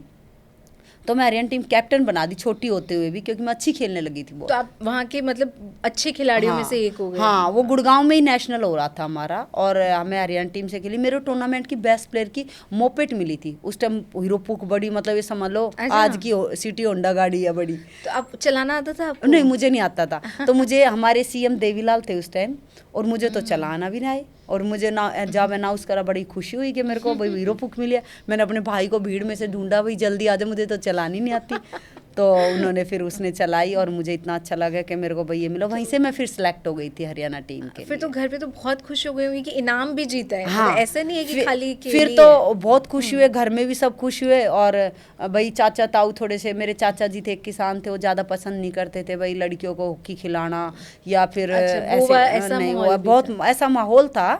इसके बाद मैं आपको बताऊँ, मैंने कई सिचुएशन ऐसी आई थी, जैसे मैं 10th में खेलने लगी थोड़ा थोड़ा, तो पहले जब तो खुशी हो गई भी हीरो पिक मिल गई इसको, फिर उन्होंने बोला चलो अब ठीक है, अब इसकी शादी भी कर देते। एक मोड़ मेरे साथ ऐसा भी आया था। अच्छा, तभी शादी 10th के बाद ही। 10th में हाँ, शादी होती हाँ, थी तब? हाँ, मेरी बहन की हो गई थी, 10th पास की, तो सोचा इसी 12th तक भी पूरा नहीं नहीं पढ़ते थे। इसके साथ इसकी भी शादी कर देते हैं। अब मैं तो हॉकी खेलना तब इतना अच्छा शुरू किया, तो मैंने अपने घर वालों को बोला भाई मैं तो शादी नहीं करूँगी। अब मेरे पापा नहीं, चाचा जरूर गुस्सा होते, 2-3 चाचा थे मेरे, 4 भाई थे मेरे पापा, सब ज्वाइंट फैमिली रहती थी। उन्होंने बोला नहीं इसी के साथ खर्चे में कर देंगे, ऐसे ऐसे जैसे गाँव में होते हैं ना, सबकी लड़कियों की, और वो साथ खेलती थी, बहुत सारी की शादी हो गई, धीरे धीरे होने लग गई। वो भी हॉकी खेल रही थी? हाँ, वो खेल रही थी, उनकी हो गई, तो वो आगे खेले फिर नहीं खेली वो। फिर उसके बाद पड़ोस में जैसे सब बोलती थी, ओ ये क्या हॉकी खेलेगी, गोबर ही डालेगी, क्यों दुखी हो रहे, मतलब ऐसे बोलने लग गए थे मुझे। लेकिन मेरा बड़ा इंटरेस्ट था भाई मैं हॉकी खेलूँ। फिर उसके बाद मेरी जो है चाचा ने बोला शायद, मैंने कहा मेरी शादी करोगे, मैं देखना यहाँ मिलूंगी भी नहीं, मतलब इतनी छोटी मैंने, हाँ मैं भाग जाऊंगी यहाँ से। तो मेरे चाचा बोले यार ये तो बड़ी, मैंने कहा 1 साल दे दो मुझे खेलने का, 1 साल। मैंने उनसे 1 साल मांग लिया, बोले चलो एक बड़ी की शादी कर देते। पहले ना एक खर्चे में दोनों कर देते थे, सोचते थे हो जाएगी चलो ठीक है, किसे बस हो गया सेटल कर इतना देखो इनकम सोर्स यही थे, उनकी सोच थी, लेकिन इतने जागरूक भी नहीं थे वो भी, कहाँ तक खेलेगी, इंडिया खेलेगी। उनको ये ड्रीम का ये तो था ही नहीं, ये नहीं, इंडिया का नहीं था। लेकिन मेरी सोच बड़ी थी कि मैं इंडिया खेलूँ, मुझे नहीं पता था इंडिया खेलने का हाँ, मेरे को सपना था, क्योंकि एक लड़की एक टेस्ट मैच खेली थी हमारे वहीं की गाँव की, और रजनी नाम था। मैं उसको देखती थी, अच्छे अच्छे ट्रैक सूट पहनती थी, इतने अच्छे शूज़ पहनती है। मैं सोचती थी जब इंडिया टीम में खेलते तब ऐसे मिलते हैं, है ना। तो उसने बताया ऐसे ऐसे मिलते हैं, तो जैसे वो प्रैक्टिस करती थी मैं वैसे ही करती थी। लेकिन मुझे इंडिया खेलने का जुनून था, शौक था। तो फिर मैंने वहाँ पे जो है ये अपना बोला 1 साल दे दो। तो उसी के बाद ये नेशनल हुआ जिसमें मैं सिलेक्ट हुई। मतलब ये पहले की स्टोरी है जो मैंने आपने बताया, हाँ बैक स्टोरी है। तो मैं इसमें सेलेक्ट हुई थी, इसमें सेलेक्ट होकर मैं नेशनल कैंप में। अब मुझे ये चिंता सताने लगी कि मुझे टीम में खेलना ही पड़ेगा, नहीं तो घर वाली शादी कर देंगे। ये कितना बड़ा चैलेंज था। प्लस कपड़ों पे भी कई चीजें ऐसी आती थी, पैंट नहीं पहन सकते, ये नहीं पहन सकते, ये भी मैंने ट्रेनिंग क्या आप करके नहीं, ट्रेनिंग करने के लिए तो जैसे शुरू में तो वैसे ही कपड़े पहनते थे, वहाँ जाके बदलते थे जैसे भी था। फिर धीरे धीरे ट्रेंड चेंज किया मैंने अपने इर्द गिर्द में, कोशिश की भाई अपने पड़ोस में, अपने घर में भी। अब ये पैंटें पहनती है भाई, गुस्सा होते थे घर वाले, चाचा भी गुस्सा होते थे। तो पैंट नहीं पहन सकते थे उस टाइम में। फिर धीरे धीरे जैसे मैं कैंपों में गई, मैंने देखा माहौल चेंज हुआ, मैं भी पहनने लगी। फिर थोड़ा घर वाले हाँ भाई चलो बाहर जाती है, फिर आगे फटाफट चेंज कर लेते थे। अच्छा, तो घर में चेंज कर ले, सूट पहन लेते थे। ये दौर भी मैंने देखा और मैंने किया, अपने आप को एक्सेप्ट करके भाई चलो पहनना पड़ेगा। लेकिन धीरे धीरे मैंने उनकी सोच बदली, अपने चाचा की, पड़ोस की, सबकी। फिर बीच बीच में जैसे पड़ोसी बड़ा बोलते थे, तुम अपनी लड़की की शादी कब करोगे, इतनी बड़ी होगी, बड़ी क्या हो गई बताओ, 10वीं 11वीं क्या बच्चा बड़ा हो जाता है। लेकिन उन्होंने बोला वो जो सोसाइटी वाला एक जो गांव प्रेशर में है प्रेशर, कि वो करना बहुत था प्रेशर। लेकिन मेरे पापा थोड़े पढ़े लिखे भी थे और ट्रांसपोर्ट में इंस्पेक्टर थे, उनका डिसीजन बड़ा अच्छा होता था। उन्होंने बोलता मैं अपनी बेटी को खिलाऊंगा, कोई बात नहीं, मेरा बेटा खेल रहा। मेरा भाई भी मना करता था, हालांकि मेरा भाई स्पोर्ट्स पर्सन था। अच्छा। वो कहता था जहाँ ये प्रैक्टिस पे जाएगी मैं नहीं जाऊंगा। ऐसे क्यों? ऐसा उसको लगता था वहाँ बहुत सारे लड़के आएंगे और बहुत सारे एक दूसरे, उस टाइम मतलब ऐसा फील होता था मेरी बहन सेफ नहीं है। ये कोई प्रेशर रहता था उसको, मेरे खेलने से नहीं था, सेफ नहीं है वहाँ, लड़कियां कम खेलती है, ये लड़कों में खेल लेगी, मतलब ऐसा होता था। तो वो इस तरह की हाँ, बातें फिर वो अपनी प्रैक्टिस करके मेरे ग्राउंड के पास बैठ जाता था, मेरे ध्यान रखने के लिए, मेरी रखवाली करता था कि खेले। फिर मेरे को देखता था बाद में, चल रही है घर ऐसे, फिर मेरी केयर करने लग गया वो ऐसे धीरे धीरे करके। तो वो वैल्यू करने लगे कि हाँ ये हाँ, अच्छा वो उसने देखा ठीक खेलती है, वहाँ पे खेलती है। तो एक दौर ऐसा भी आया था, मेरा हॉस्टल के लिए सिलेक्शन हो गया था, चंडीगढ़ में अच्छी स्कीम थी, वहाँ के लिए मेरा सिलेक्शन हो गया था। साथ की एक दो लड़कियाँ जो खेल रही थी थोड़ा बहुत, वो सब सिलेक्ट होगी, मेरा भी हो गया। मैंने बोला मुझे भी जाने दो, मेरे घर वालों ने जाने दिया, बोले घर से बाहर नहीं जाने देंगे, खेलना तो यहीं खेलो। फिर मेरे भाई की एक बात मुझे याद है आज भी, मेरे भाई ने ये बोला देखो ऐसा तू वहाँ अच्छी टीम में खेलेगी सिलेक्ट नहीं हो पाएगी, हाँ तू ऐसी टीम में खेलेगी और सबसे अच्छी खेलेगी तू जल्दी सिलेक्ट होएगी। मेरे भाई ने बात मुझे, अब पता नहीं मुझे झूठ बोल के बोला है जैसे भी रखने के लिए, लेकिन गेम्स तो सबसे ज्यादा बाहर जाना ही बाहर जाना ही हुआ। नहीं वो हॉस्टल में रहने के लिए मना कर रहा था, पूरा यहाँ से खेल के हरियाणा टीम में सिलेक्ट हो जाए, मतलब उनकी सोच ये थी वहाँ रहो मत, आप हाँ खेलने जाओ, वहाँ पे कोई ध्यान नहीं रखेगा। पर चंडीगढ़ में वो चंडीगढ़ हॉस्टल का थोड़ा नाम भी था भाई ऐसे है, तो वो डर गया था इस चीज़ से। फिर मैं घर से ही रह के खेली, और ये सच्चाई भी है, मैं जब हरियाणा टीम में सबसे अच्छी खेली तो मैं सिलेक्ट भी हो गई थी। तो ये वो टाइम था, लेकिन मैंने घर में भी पूरी फाइट की। फिर मैंने उसके बाद जैसे जैसे मैं कैंप में चली गई, वहाँ पे मैं जूनियर कैंप में सिलेक्ट हो गई, और सिलेक्ट होती होती घर वालों को थोड़ा अच्छा लगा। फिर तो मेरा मेडल आया तो गांव वाले मुझे लेने आए, सरपंच सब के सब बैंड बाजा बजा के मुझे लेने आए।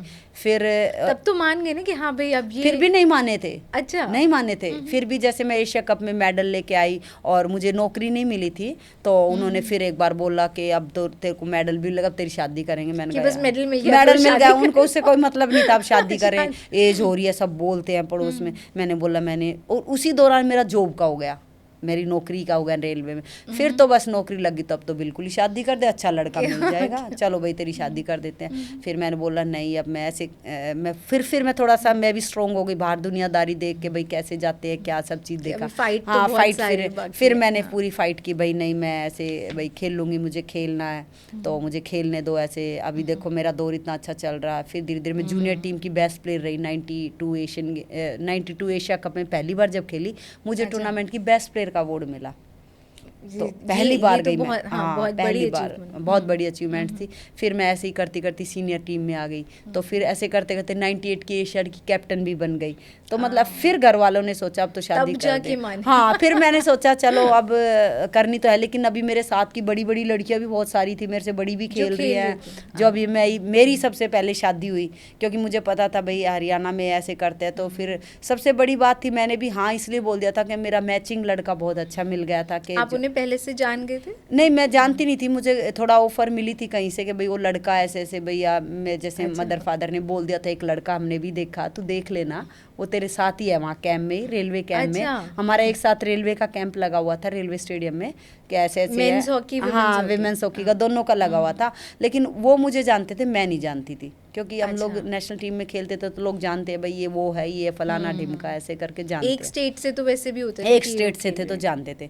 फिर पापा ने बोला मिलने आएगा तेरे से, और ऐसे ऐसे है भाई। अच्छा, तब वो इतने ओपन हो चुके थे? हाँ, कि वो मेरे पापा, क्योंकि 98 में तो काफी चेंज हो चुका था। लेकिन मुझे भी ये था कि चलो, पापा बोले तूने कोई लड़का देखा तो हुआ? नहीं मैंने तो कोई देखा नहीं। अच्छा, ये आपने हाँ बहुत बड़ी बात है। पहले तो आप लोगों ने मुझे शादी का रट्टा लगा हुआ, लड़का देखने की बात कहाँ हुई, देख लूंगी तो कौन शादी करेगा, वैसे ही मेरी हॉकी छूट जाएगी। तो मैंने कहा जब देखने की उम्र थी जब तो देखने नहीं दिया आपने मुझे लड़का, अब बोल रहे भाई देखा, अब क्या, अब तो टाइम चला गया। लेकिन मेरा गुड लक था कि भाई जिनसे मेरी शादी होनी थी वो मुझसे मिलने आए। रेलवे स्टेडियम में मेरा रूम था, मेरी फ्रेंड्स सभी थी, उन्होंने दरवाज़ा नॉक किया और वो सीधा ही मेरे से मिलने आए, बोले प्रीतम को भेज दो। और मतलब मेरे को फ़ोन आ चुका था, लेकिन आप कितने ही लेवल पे खेल रहे हो, लेकिन आपकी जर्नी का एक ये ऐसा वो होता है, उसमें हर आदमी घबराता है। हम बड़े बड़े मैचों से नहीं घबराए, लेकिन उस टाइम बड़ा घबराए हुए थे। वो पहली बार, पहली मुलाकात थी, पहला वो था, बात करनी थी। और जब मिली तो मैंने देखा भाई हाँ लड़का तो ठीक हट्टा खट्टा देखने में भी ठीक है, बहुत स्मार्ट थे मेरे हस्बैंड। अब तो एज के अकॉर्डिंग चेंज हो जाता है, बट उस टाइम वो एक मतलब गुड लुकिंग थे, बहुत अच्छी लुकिंग थी और प्लेयर भी अच्छे थे। उनको इंजरी होगी इसलिए नहीं खेल पाए, तो पहले ही फर्स्ट ही उसमें देख के भाई हम इम्प्रेस हो गए, अच्छे तो है ही। फिर बात की तो ठीक लगा, फिर भी हमने समय लिया अपने घर वालों से 1-1.5 साल का, भाई ऐसे शादी नहीं करेंगे तो इतनी जल्दी। वो भी मान गए कि वो मान गए फिर, क्योंकि वो डिपेंड था लड़के वालों पे बात की, क्योंकि मैंने अपने हस्बैंड को पहले ही बता दिया भाई ऐसे ऐसे हमें टाइम तो चाहिए और मेरा ऐसे टूर्नामेंट भी है, उसके बाद ही शादी करेंगे। तो बोले हाँ ठीक है चलो, तो इस टाइप से फिर हमने थोड़ा सा समय पसंद आ गए थे वो? हाँ, फिर थोड़ा धीरे धीरे पहली बार में लुकिंग तो पसंद आ गई थी, लेकिन थोड़ा सा आदमी बात भी करे, फिर 2-3 दिन हम ऐसे कैम्प में घूमे, बात आदमी का पता लग जाता है। फिर फैमिली भी ठीक थी, सारी नॉर्मल फैमिली थी भाई, घर से भी ठीक थे। तो मेरे को इसलिए अच्छा लगा कि सिंपल फैमिली थी वो, है ना, हम भी सिंपल थे वो भी सिंपल थे। और दूसरी बात है उन्होंने अपने से ज़्यादा मेरे को आगे रखा हर चीज़ में, और उन्होंने मुझे बोला ऐसा होना तो बहुत ही अभी भी आजकल भी नहीं है। मैं कहती हूँ मैं बहुत लकी हूँ, मेरी जितनी फ्रेंड है देखो आज तक भी मैं फील्ड पे ही हूँ, इतने साल हो गए, है ना। मेरे बच्चे भी देखो आज नेशनल टीमों में खेल रहे हैं, बेटा भी बेटी भी, और बड़े बड़े हो चुके हैं। तो आज तक मेरे हस्बैंड मेरी खुशी का ध्यान ज़्यादा रखते हैं, तुझे क्या पसंद है, और मेरे को सबसे ज़्यादा पसंद है खेल, खिलाना और खेलना। वो मेरे को आगे रखते कि आप खेलो और खिलाओ, मैं आपके साथ हूँ पीछे। तो इसीलिए फिर मैंने यस की कि भाई मैं इन्हीं से शादी करेंगे। फिर हमने शादी की। तो शादी के बाद फिर आप खेल पाए नॉर्मल? उसके बाद जैसे आपने बताया हाँ, शादी के बाद तो फिर मैं अपने हस्बैंड से थोड़ी रिक्वेस्ट करती रही, 1 साल और 1 साल और 1 साल और कर करके भी फिर मैंने कॉमनवेल्थ तक खेला।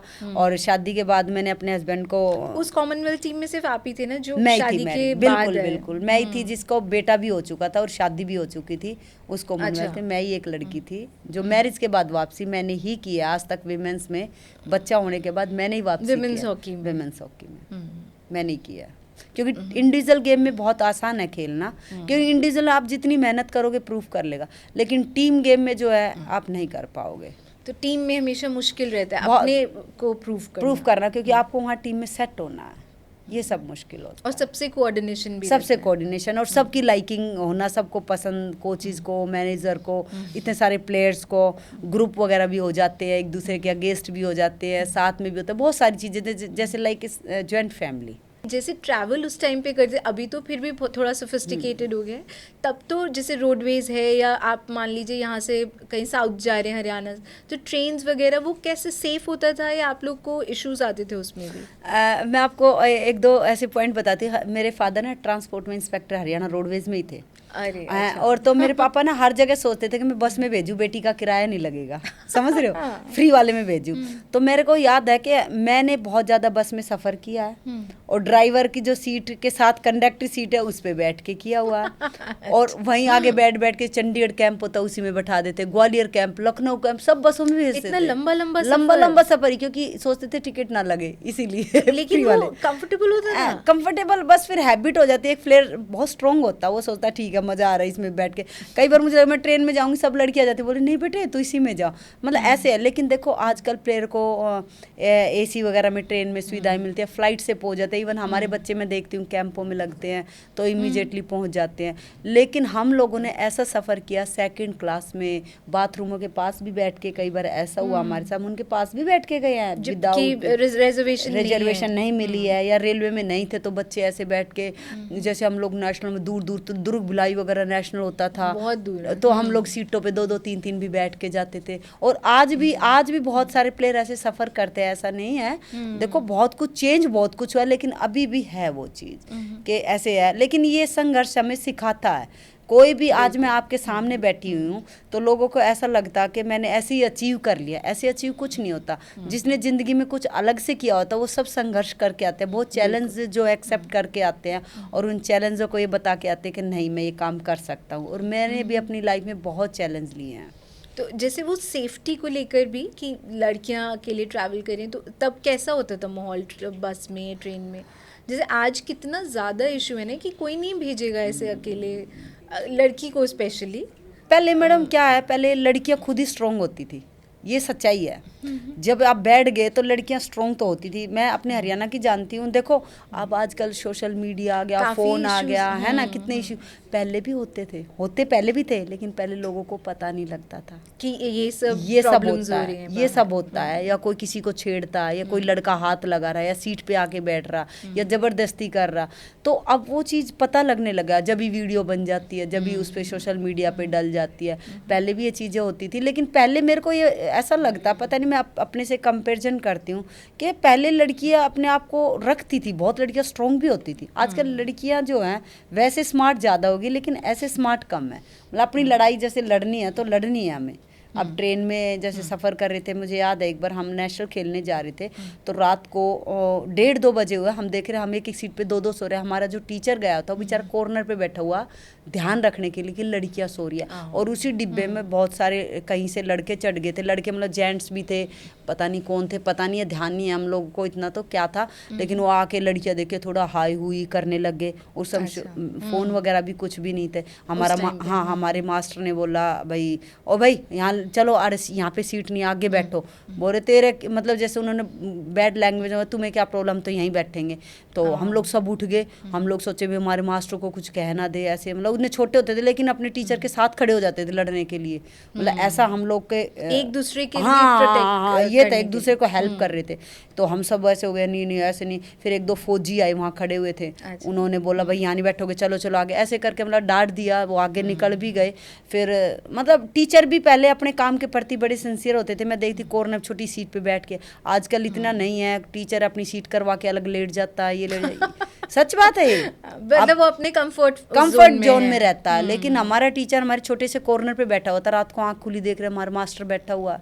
ये भी अलग तरह का स्ट्रगल, अलग तरह का स्ट्रगल था। बैठे हुए हैं तो मतलब ये टीचर पे, माहौल पे, सिस्टम पे बहुत डिपेंड है कि आप कैसे जा रहे हो, क्या जा रहे हो। आज भी देखो अब तो काफ़ी सेफ हो गई लड़कियां, ऐसा नहीं है, लेकिन अपनी लड़ाई तो खुद ही लड़नी पड़ेगी हर फील्ड में। तो वो लड़ाई तो जारी रहेगी। हाँ, वो सब इन चीज़ों का मैंने देखा। एजुकेशन का भी फ़र्क है, जैसे पढ़ी लिखी लड़की है या पढ़ा लिखा लड़का है। पढ़ी लिखी लड़कियाँ डील कर लेती हैं, जैसे आपने अभी कैब की है तो कैब का फटाफट अब स्क्रीनशॉट लेके फटाफट मदर फादर को लोकेशन जारी है, और अलर्ट होके रहेगी, बोल्डनेस भी है। तो मतलब ऐसा है, लेकिन फिर भी ये चीज़ें अभी इतनी हो नहीं पाई, उतना अच्छा नहीं पाया सेफ। फिर भी कहीं भी भेजो, माँ बाप सोचता है बेटी जब तक घर नहीं आ जाए तो सेफ नहीं है। ये इशू अभी भी है, अभी भी है। तो आप तभी भी लड़े, अभी जब आपको अपनी एकेडमी, जो अब इतनी बड़ी एकेडमी हो गई है जिससे वो नेशनल इंटरनेशनल प्लेयर्स निकल के आ रहे हैं, इंडिया खेल रहे हैं, वो खेलने के लिए आपको थोड़ी लड़ाई करना पड़ा था? वो देखो, खेलने का लाइफ का मेरा वो तो ख़त्म हो चुका है, जो मैं आपको बता चुकी हूँ। इसके बाद की जर्नी मेरी कोचिंग की है, जो मैंने एकेडमी, इंडिया के अंदर नंबर 1 एकेडमी जो है एक विमेंस की, जो कहते हैं ना, वो सिर्फ एक मैंने ही खोली है, जो ग्रास रूट पे काम करते हैं। बहुत सारे अवॉर्डीज़ हैं, बहुत सारे मेडलिस्ट हैं।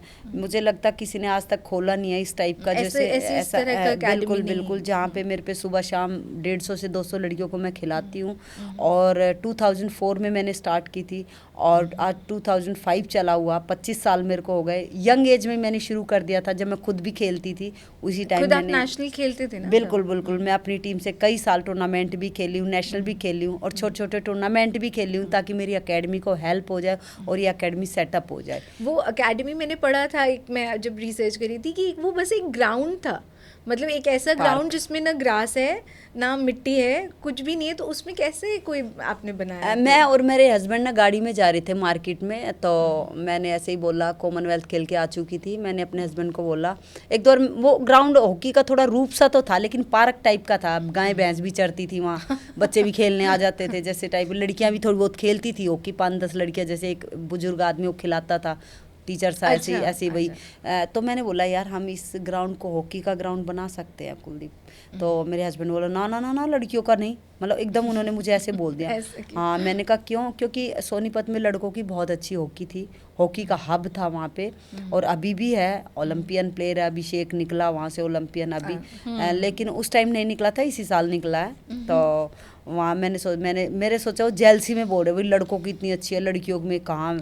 लेकिन उन्होंने मुझे एक बात बोला लड़कियों में काम करना बहुत मुश्किल काम है प्रीतम, ये मुझे क्यों पंगे दिलवा रही है तू, मुश्किल हो जाएगा और लड़कियों को संभालना बहुत मुश्किल है। लड़कियां उस टाइम पे उतनी थी नहीं, उतनी थी भी नहीं, और थी तो उनकी सेफ्टी, जैसे आपने पहले क्वेश्चन किया, सेफ्टी का, इन चीज़ों का ध्यान रखना। और हम दोनों वर्किंग वाले, तो बहुत मुश्किल होता, क्योंकि हमारी वर्किंग दूसरे डिपार्टमेंट में, खिलाना एक अलग चीज़ है। लेकिन मेरा पैशन था, मैंने कहा मेरा बनना, कोच बनने का बड़ा शौक है, जुनून था मुझे कोच बनना। तो मेरे हस्बैंड ने बोला ठीक है भाई चलो कर लो शुरू, कोई दिक्कत नहीं है, आप खिलाना चाहते तो खिला लो। तो मतलब मैंने फिर मान गए? हाँ, मतलब वो उनको नहीं पता था कि इसको इतना जुनून है कि इतने ऊपर तक अच्छा। खेले जाए, उन्होंने सोचा तो ठीक वो है। इसीलिए था क्योंकि आपके लिए हॉकी इम्पोर्टेंट है, या वहाँ के बच्चों को मतलब भी ज़रूरत है गेम में या किसी तरह से आगे निकलने की? मैंने ये देखा, सबसे पहले तो मैंने ये सोचा कि मैंने लाइफ में इतना संघर्ष किया, और ये लड़कियां खेल रही हैं, अब इनको ऐसे संघर्ष ना करना पड़े, इसलिए मुझे हॉकी में जाना चाहिए। ठीक है। दूसरा, मैंने देखा हरियाणा में तो वैसे इतना टैलेंट है, अगर मैं यहाँ हॉकी लड़कों की खेल सकते तो लड़कियों की क्यों नहीं बना सकती? लड़के इतने खेलते हैं, जब आप लड़की खुद ही खेल रहे हो। जब भाई लड़के खेल रहे हैं इतने, तो मैं क्यों नहीं खिला सकती? तो शुरू में ये सब चीज़ें आई, फिर मैंने देखा थोड़ी सी कुछ लड़कियाँ आती थी वहाँ पे, उन्हीं पे शुरू किया, उनको हॉकी दी, बॉल दी, तो उनका भी इंटरेस्ट बना, फिर उनमें मैं भी खेलने लगी। ऐसे धीरे धीरे मैंने जोड़ना शुरू किया। फिर देखा वहाँ पे लोग जो है घूमने वाले आ जाते थे, गायें भैंसें घुस जाती थी, अब उनको भी निकालना बड़ा मुश्किल होता था। बहुत सारे टूर्नामेंट में खेलती रही, ऐसे ही चलता रहा 2-3 साल ऐसे ही चला। फिर मैं थोड़ा थोड़ा प्रशासन से मिलने लगी, भाई ऐसे मेरी हेल्प करो, क्या मतलब ग्राउंड में घास है, कुछ है, गोल पोस्ट है, छोटी मोटी चीज़ें, उनके लिए मेरी मदद करो ऐसे। तो कई जगह ऐसे ऐसे करते करते ना बच्चे काफ़ी आने लग गए मेरे पास ना। उनको लगा कि ये तो सच में उनको एक्चुअली थोड़ा नाम भी फेमस होता, जो प्लेयर देखो कोई भी है, एक तो कहीं पे कोई फेमस प्लेयर जाए, कोई क्रिकेटर जाए, भाई मैं सिखाऊंगा तो आएंगे बच्चे। तो ऐसे ही लड़कियां गांव की आ गई, थोड़ी सी, ज़्यादा नहीं आई, थोड़ी आई मेरे पास। उनको पता था आप इतने बड़े? हाँ, मैं खेलती थी, आके रनिंग वनिंग करके जाती थी वहाँ पार्क में, उस ग्राउंड में, मतलब कभी कभी आके, जैसे कॉमनवेल्थ खेलने के बाद भी उनको देखती, इतनी फिट है, ये खेल रही है, बच्चे देखते थे एक अच्छा खिलाड़ी आया हुआ। तो बच्चों को पता था सबको, तो उन्हीं को देख कर मेरा मन हुआ कि मैं इनको अच्छी कोचिंग दूंगी तो कितना अच्छा बच्चे हो जाएंगे, और बच्चे भी जुड़ेंगे। तो मैंने शुरू कर दिया, एक स्कूल है टीकाराम, उसमें बच्चे खेलते थे, तो मैंने कहा चलो इन बच्चों को भेज दिया करो। सबसे बड़ा बात है कि मेरा वो एक सेंटर ऐसा किसी भी एक स्कूल का नहीं है, सब स्कूल के बच्चे खेलते हैं, पूरे सोनीपत के जो बच्चा खेलना चाहे आए, और फ्री कोचिंग करती हूँ, फ्री है, बिल्कुल फ्री है। इक्विपमेंट्स फ्री देती हूँ, किट फ्री देती हूँ, किसी भी बच्चा का कोई नहीं देती। किस तबके के बच्चे हैं वो? बिल्कुल ही मतलब वो बच्चे हैं जिनका कोई वो नहीं है, मतलब वो खुद से कहीं और सीखने भी नहीं जा सकते हैं। वो बच्चे बहुत गरीब घरों के बच्चे से शुरुआत की थी, अब तो हमारे पास बहुत अच्छे बच्चे आ गए। आज तो हमारी एकेडमी में ओलंपियन भी आ गए, आज तो हमारी एकेडमी को हम सब मिलके लड़कियां चला रही, एक दूसरे को सपोर्ट भी करती है। 40-50 लड़कियां जॉब भी लग चुकी है रेलवेज में, इंडियन स्पोर्ट्स कोटे में, इंडियन ऑयल में, इनकम टैक्स में अच्छी पोस्टों पर जा चुकी है, कोई टीचर लग चुकी है। अब तो बहुत कुछ चेंज हुआ, लेकिन जब वो दौर था मेरे लिए बहुत मतलब संघर्ष वाला था। जब मैंने वो सेटअप किया, मेरे को कहीं से कोई सपोर्ट नहीं मिल रही थी, मैं एक हॉकी के लिए मोहताज होती थी, मुझे हॉकी चाहिए। कई बार मैं किसी से मांगती थी, मेरे हस्बैंड को बिल्कुल पसंद नहीं था मांगना, उनकी नेचर है किसी से मांगना नहीं, हम खुद मैनेज करेंगे, हमने अपने उस पर किया तो हम खुद काम करेंगे। तो ऐसे करके कहीं भी टूर्नामेंटों में जाती थी, बहुत जगह ऐसी भी थी मुझे ऊपर, मतलब मेरे काम को ऊपर नहीं आने देते थे लोग। ऐसे भी लोग आए शुरू में, अच्छा। कि भाई ये ग्राउंड चला रही है, इसकी टीम जो है आगे तक ना पहुंचे, मतलब ऐसे करके नहीं चाहते थे कोई लेडीज हरियाणा के अंदर और भी काम करे। कुछ तत्व ऐसे थे जो काम बहुत से थे, और मैं उन तत्व को थैंक यू करती हूँ कि उन्होंने मुझे ऐसे किया तो मैं इतनी ऊपर तक काम कर पाई हूँ। और चैलेंज था वो फिक्स मेरा शुरू का, मेरे गोल पोस्ट तोड़ दिए ग्राउंड में, तोड़ दिए थे एक बार तो बिल्कुल ही। तो वो मतलब बदला या गुस्सा? बदला नहीं, रात को पता नहीं कोई वो तोड़ जाता था, कोई किसी को बहुत सारे पत्थर रोड़े फेंक जाता था, लड़कियां खेल रही हैं, फिर ऐसे करते करते लड़कियां इस टाइप से भी होते थे। और जहाँ मैं खिलाती थी वो इंडस्ट्रीज एरिया था, वहाँ मैकिया भी बहुत आते थे, तो मेरे को बहुत सारी परेशानी आई। फिर मैं पुलिस वालों से, SHO से मिलती, सर यहाँ पे PCR घुमवा दिया करो ऐसे करके। फिर ऐसे खेलते खेलते एक दौर ऐसा आया, एक DC आए अजीत बालाजी, जो एक नीरजा शेखर आई पहले मैम, वहाँ पे DC आई थी। अच्छा। उनसे मैंने जाके सपोर्ट मांगी, हेल्प मांगी, और वहाँ पे जाके उन्होंने मेरे ग्राउंड में आई खुद। उन्होंने देखा इतना अच्छा भाई ग्राउंड है, चलो इसको थोड़ा बना देते हैं। उन्होंने थोड़ी हमारे को एक दीवार को थोड़ा दूर करा के ग्राउंड का माहौल 4 दीवारी करवा दी भाई, यहाँ बच्चे खेलते, फेंस बना दिया बस 4 दीवारी करवा दी, एक माहौल सा बन गया भाई हाँ लड़कियों का।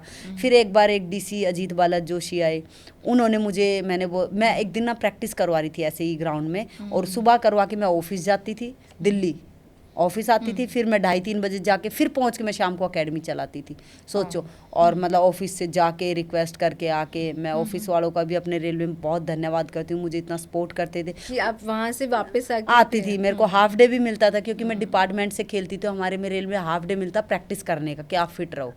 लेकिन मैं बच्चों को खिलाती थी, उसमें अपने आप भी करती थी प्रैक्टिस, अपनी भी करती थी, ऐसा नहीं अपनी नहीं करती थी। तो मैंने देखा भाई मैं करते करते क्या है, मैं एक दिन प्रैक्टिस करवा रही सुबह सुबह, DC साहब मोटरसाइकिल पे घूमते थे, वो DC ऐसे आए थे, अच्छा, खुद घूम रहे थे। तो उन्होंने बोला ये कोच कौन बैठे, मुझे बुलाया भाई ऐसे, मैंने सर बोल रहे ऐसे ऐसे आप यहाँ, मैंने कहा सर मैं यहाँ खिला रही हूँ बच्चों को। बोल रहे गवर्नमेंट के हो आप, मैंने कहा नहीं सर। बोले ऐसे ही, मैंने कहा जी सर ऐसे ही।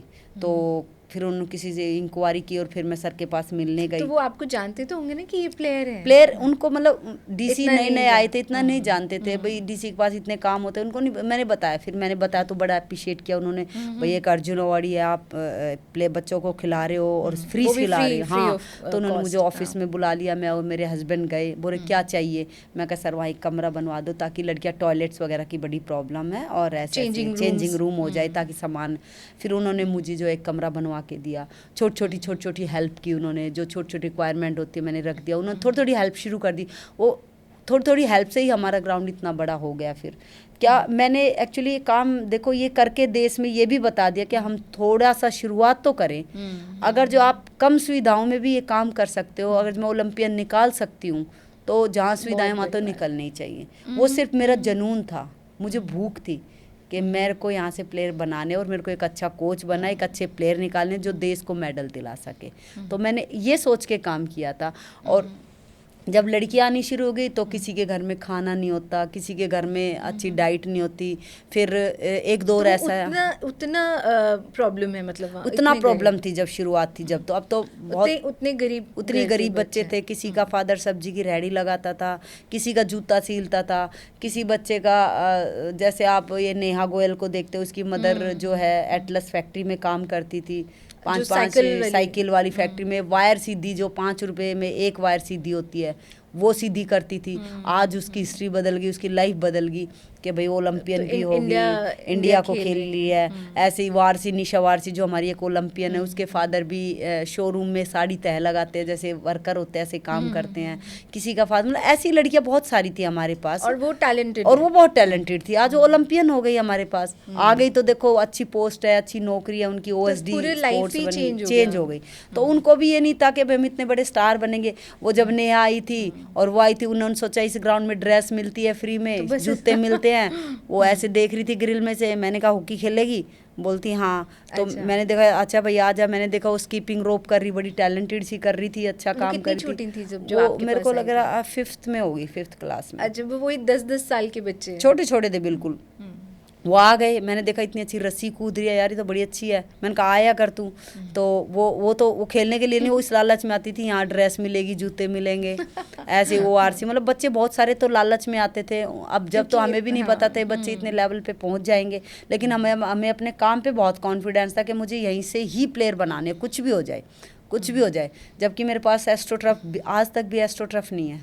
टर्फ जिस पे प्रैक्टिस करते हैं, वो हम घास पे ही करते हैं। हम कभी उन बच्चों को साई में ले आते हैं, कभी सेक्टर 4 में एक एस्ट्रोटर्फ लगा हुआ कम से कम 7-8 किलोमीटर दूर है, ऑटो से बच्चे आते हैं। साई का भी सबसे बड़ा ट्रेनिंग सेंटर, हाँ साई का बहुत बड़ा, इस टाइम में वैसे ऑन डेपुटेशन उसी में हूँ। और उन्होंने हमें बाद में बहुत सपोर्ट किया लाइफ के लास्ट टाइमों में। अब जैसे हम स्पोर्ट्स की बिल्कुल हो गया, अभी उन्होंने मुझे ऑन डेपुटेशन भी लिया है और वहाँ पे एक्सीलेंसी भी खुल गई। डीजी साहब ने ये खुलवा दिया, ये बहुत अच्छी बात है, एक लड़कियों के लिए स्पेशल सेंटर बनवा दिया। वो भी इसलिए बन पाया, मैंने काम किया, मैंने ओलंपियन निकाले, उसके बाद मुझे सेंटर मिला, जब जाके सेंटर मुझे मिला ओलंपियन निकालने। और ये मेरा चैलेंज भी था, मैंने हर चीज़ जो है सुविधा जो है मतलब रिजल्ट देने के बाद ली है और मिली भी तब, मतलब वो अर्न किया मैंने, खोसी है मैंने, मुझे चाहिए हर हाल में चाहिए, खोसी है ये, खोसी है मैंने, दिया नहीं है ऐसे मुझे, बोलते ना खोस लिया मैंने, तो छीनना बोलते हैं, छीन लाओ, तो मैं छीन के लेके आई कि मुझे तो चाहिए ही चाहिए। मैंने इतने प्लेयर निकाल दिए, तो आज हमारी 30 लड़कियां एनसीओई में हैं जो वहाँ अच्छे माहौल में रहती है, अच्छी प्रैक्टिस करती हैं। और अभी एशिया कप में थी 6 लड़कियां जिसमें गोल्ड आया इंडिया टीम का, उसमें कैप्टन भी हमारी वो लड़की थी। तो मतलब उनकी ज़िंदगी बदल गई अब। लेकिन अभी भी मैं उस ग्राउंड को चलाती हूँ जहाँ पे नर्सरी के बच्चे आते हैं, छोटे छोटे बच्चे आते हैं, 4th 5th से स्टार्ट होते हैं। और अभी भी हमारे पास बहुत गरीब बच्चे आते हैं, लेकिन बहुत सारे बच्चे ऐसे भी थे जो हमारे बच्चे स्कूल में फ़ीस नहीं भर पाते थे। तो मैं जैसे मेरी पहली सैलरी मिली, मैडम यकीन करेंगे, मैं अपनी सैलरी पर्स में डाल के लेके जाती थी और मैं ये सोच के आती थी, घर भी नहीं बताती थी अपनी सास को, इनको, मेरे हस्बैंड को, मेरे को पता होता था। मैंने कहा सास को पता लग गया तो बोलेगी वहाँ बांटने के लिए थोड़ी, पहले के लोग होते हैं उन्होंने बहुत मेहनत की होती है, उनको लगता है कि ऐसे ही क्यों देना। और फिर उसके बाद मैं जाती, मैं स्कूल वाले कुछ की माफ़ कर देते थे, कुछ जो मेडलिस्ट होते थे उनका थोड़ा बहुत कुछ डिस्काउंट कर देते, जो बच्चे बिल्कुल लगता था जिसकी 200 250 300 भरनी होती थी उनकी मैं कवर अप करके आती थी, कुछ का मैं किसी और से भरवा देती थी, कुछ का मैं भरती थी, कुछ बच्चों को जूते दिलवा दिया, जैसे आप जैसे आगे भाई हम ग्राउंड मदद करना चाहते हैं, मैं कहा सर ठीक है बच्चों को जूते पहनवा दो। तो ऐसे करके वो ग्राउंड मैंने चलाया, वो मेरी सारा इसी तरह से वो ग्राउंड आज भी चल रहा है। आज तो मेरे को थोड़ी हेल्प भी हो गई, भाई हमारी लड़कियां जो खेलती हैं सभी जो गवर्नमेंट जॉब में है, जैसे हैं किसी को मैं बोल देती हूँ भाई 2 बच्चों को तुम ड्रेस वगैरह दिलवाना, जूते दिलवाना, 2 की फीस भर जो काम कर रहे हैं, हाँ जो एटलीस्ट जो लड़कियां हैं, अब मैं बोल देती हूँ तो बच्चों को तुम मना नहीं करते वो लोग। लेकिन अब वो ग्राउंड बहुत अच्छा चला हुआ है, अब तो साइज से भी स्पोर्ट है, लेकिन अभी भी घास ही है। एस्ट्रो टर्फ की डिमांड हमने अभी की है मंत्री जी को। वो टर्फ कितना वो महंगा होता है? महंगा वो कम से कम 6 करोड़ में वो टर्फ लगता है, लेकिन गवर्नमेंट के लिए बहुत बड़ी रकम नहीं है वो, जहाँ से ओलंपियन निकले हैं। लेकिन मैं अपनी गवर्नमेंट का धन्यवाद करना चाहूँगी, अभी 5-6 दिन पहले हमारे स्पोर्ट्स मिनिस्टर आए थे और हाँ वो टर्फ के लिए बोल के गए हैं, प्रॉमिस करके गए हैं, प्रॉमिस किया तो बिल्कुल उन्होंने बोला महिलाओं के, बेटियों के लिए जो है ये टर्फ लगेगा, क्योंकि बेटी बचाओ का इतना नारा है भाई देश में है, मोदी जी दे रहे हैं पढ़ाओ बेटी हरियाणा बचाओ, ने इतने प्लेयर्स दे दिए तो एक टर्फ तो बनी सकती बहुत बड़ी बात नहीं। और स्पेशल लड़कियों के लिए मेरे को तो यही है, विमेंस प्लेयर के लिए। मैन तो देखो कर रहे हैं और मैन को भी मिलना चाहिए, उनको ऑलरेडी वो कहीं भी जा सकते हैं। विमेंस की प्रॉब्लम है वो दूर जाना उनके लिए, और सब ये अभी भी इशू है। दूसरा शाम को प्रैक्टिस लेट हो जाते हैं, उनको आने का इशू है, लेट हो जाते हैं, घर वालों को परेशानियां होती है, फिर ऑटो से उतर के वो साइकिलों पे जाती है, गाँव में जाती हैं, ये स्ट्रगल, तो ये स्ट्रगल अभी भी ये स्ट्रगल है। तो शहर में ही वो टर्फ लग जाएगा तो बहुत मतलब बच्चों को हेल्प मिलेगी इससे, बहुत लड़कियां एटलीस्ट एक प्रोफेशनल स्टे वो बन जाएगा। और मैं फिर बहुत लड़कियां निकाल दूंगा, और अभी तो ये 2 ही किलोमीटर में से खेल रही हैं। आप अभी भी निकालिए। हाँ मैं और प्लेयर तैयार करूँगा, क्योंकि मेरे अंदर अभी भी जुनून है मेरा। अभी बहुत बोलते हैं आपका सपना पूरा हो गया, मैंने कहा नहीं, अभी तो सपना पूरा नहीं हुआ, अभी नहीं हुआ। अभी मैं उनमें से मैं चाहती हूँ लड़कियां ओलंपिक में जो है मेडल लेके ख़त्म करें, जो लड़कियां खेल रही हैं। एटलीस्ट अपनी विमेंस हॉकी टीम ला सकती है मेडल, मैन लेके आए हैं, विमेंस भी ला सकती है। तो मेरा भी योगदान रहे उस मेडल में कि मेरी भी कुछ लड़कियां उसमें खेले, जो मैं ऐसे प्लेयर तैयार करूँ। तो ये अभी आपका टारगेट है कि क्या कहाँ पे मेडल लाना है अभी सबसे? हाँ अभी सबसे पहले तो यह एशियन गेम्स में जो है गोल्ड लेके आए, एशियन में गोल्ड लाएंगे तो ओलंपिक के लिए क्वालिफाई हो जाएंगी डायरेक्ट, और फिर ओलंपिक में लाएं। और ये मेरा सपना है कि उस ओलंपिक पे पोडियम में फिनिश करें जिसमें मेरी 2-3 लड़कियां खड़ी हों, या मैं ज़्यादा से ज़्यादा प्लेयर दे सकूं 100% और हॉकी टीम मेडल लेके आए। अभी तक इतने सारे खेल गए तो ये भी देखो उम्मीद पे दुनिया टिकी हुई है, और यही हमें हमारे गोल है, यही हमारे टारगेट है कि हम ये ऐसे लेवल के प्लेयर तैयार करें तो इस लेवल पे मेडल लेके आए, है ना। तो अब तो काफ़ी लोगों की, क्योंकि आपने जैसे बताया कि उनकी लाइव्स ही पूरे चेंज हो गई, पूरा तरह से बदल गया है। तो जैसे अभी भी हम जब इंटरनेशनली देखते हैं तो इंडिया और इंटरनेशनल प्लेयर्स में अभी भी उन गेम में इतना डिफरेंस क्यों है? मतलब उनके खिलाड़ी, जैसे आपने बताया ना, और आपने बोला कि स्कूल की फ़ीस भर नहीं पा रहे हैं, तो ऑफ कोर्स एजुकेशन और स्टैंडर्ड ऑफ लिविंग का फ़र्क तो है ही इंडिया और बाकी डेवलप्ड कंट्रीज़ में अगर देखें तो आप मतलब आप बोलो कि पढ़ाना भी उतना, अच्छी पढ़ाई भी उतनी ही ज़रूरी है, ऐसा नहीं कि वो सिर्फ खेल के ही निकल जाएंगे, मतलब एजुकेशन का भी इसमें रोल है। मैं तो ये मानती हूँ हमारी और टीम बहुत अच्छी हो सकती है, जैसे कि एजुकेशन का आपने बोला, एजुकेशन का खेल से भी ज़्यादा रोल है। अच्छा। आप खेल कम कर दो, पढ़ाई ज़्यादा रखो। अगर आपकी एजुकेशन अच्छी होगी तो हम प्लेयर भी तैयार अच्छे कर पाएंगे। ये ऐसे कैसे, क्योंकि सब बोलते हैं कि नहीं अगर खेल लिया तो ये अच्छा हो ये जाएगा। पहले होती थी भाई, पढ़े लिखेगा नहीं तो आप जो है कहते हैं ना भाई, पढ़ाई लिखाई इतनी ज़रूरी है, उससे आप अच्छे खिलाड़ी भी बनोगे, अच्छे एक मैन भी बनोगे और देश के लिए कुछ अलग से कर पाओगे।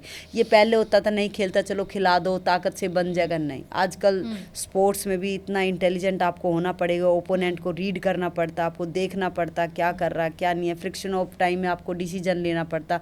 सबसे पहले तो हमें एजुकेशन पे काम करना पड़ेगा, है ना। फिर दूसरा स्पोर्ट्स कल्चर लेके आना पड़ेगा। स्पोर्ट्स कल्चर अभी भी नहीं है, जबकि हमारी गवर्नमेंट बहुत कुछ लेके आ रही है। अभी तो खेलो इंडिया है, एथलीटों के लिए फाइनेंशियली बहुत दे रही है, सब कुछ लेकिन जो नीचे लेवल पे जो स्पोर्ट्स कल्चर है वो डेवलप करना पड़ेगा, हम सबको करना पड़ेगा मिलके।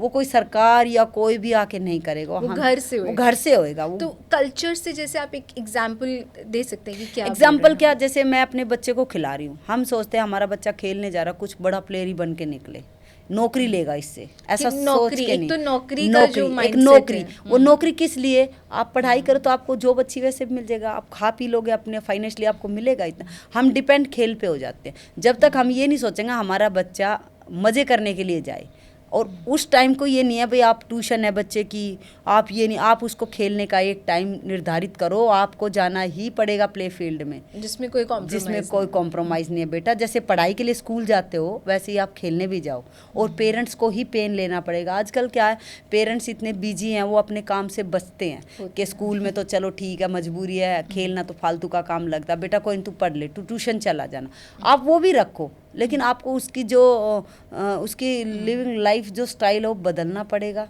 मतलब स्पोर्ट को आपको लाइफ का पार्ट बनाना पड़ेगा खेल को। देखो ना, जैसे आप बाकी चीजें करते बाकी चीजें आप आजकल देखो ना, सब फिटनेस पे जोर दे रहे हैं, ये बीमारियां आ रही है। हाँ, अरे भाई शुरू से खेल में डाल दोगे, हाँ खेल में डाल दोगे तो हो सकता है अच्छा प्लेयर बन जाए, देश के भी काम आए, अपने लिए भी करे, फाइनेंशियली भी करे। जो है ना कि खेल में डालने का, उसमें ये प्रेशर है, जैसे बच्चे बड़े होते हैं कि अरे इनका करियर, हमें करियर में इनको उसमें दिशा में डालना है, तो अगर ये खेल में उतना ज़्यादा फोकस करेंगे तो वो नहीं होएगा।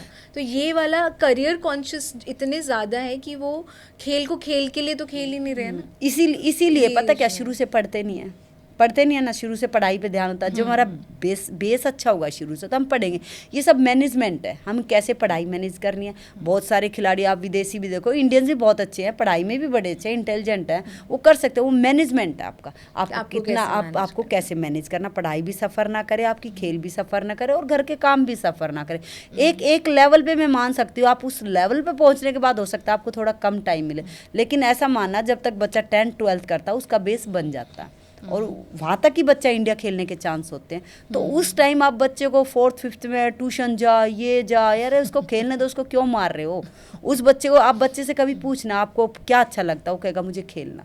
और दूसरा ये भी है कि बहुत सारे लोग ऐसे भी जो खिलाना चाहते हैं, उनको प्ले फील्ड नज़दीक में नहीं मिल पाती। ये बहुत बड़ा इंफ्रास्ट्रक्चर जो है बहुत बना हुआ, लेकिन एक जो ग्रामीण क्षेत्रों में जो गाँव के बच्चे निकल रहे हैं, गांव में बच्चे इसलिए नहीं कर रहे, ये मत सोचो वहाँ पे इंफ्रास्ट्रक्चर बहुत है, कुछ नहीं है। वहाँ भी क्या है, खुद जो है, जैसे अब हमने एकेडमी चलाई, हमने पेन लिया, हमने इंफ्रास्ट्रक्चर बना दिया, वो हम फिर लेके आए। तो ऐसे ऐसे काम करेंगे, लोग जुड़ेंगे, या हमारी जो काम करने वाले हैं, शहरों के अंदर भी हॉस्पिटल देखो कितने, हर गली में एक हॉस्पिटल मिलेगा, हर गली में प्ले फील्ड क्यों नहीं है।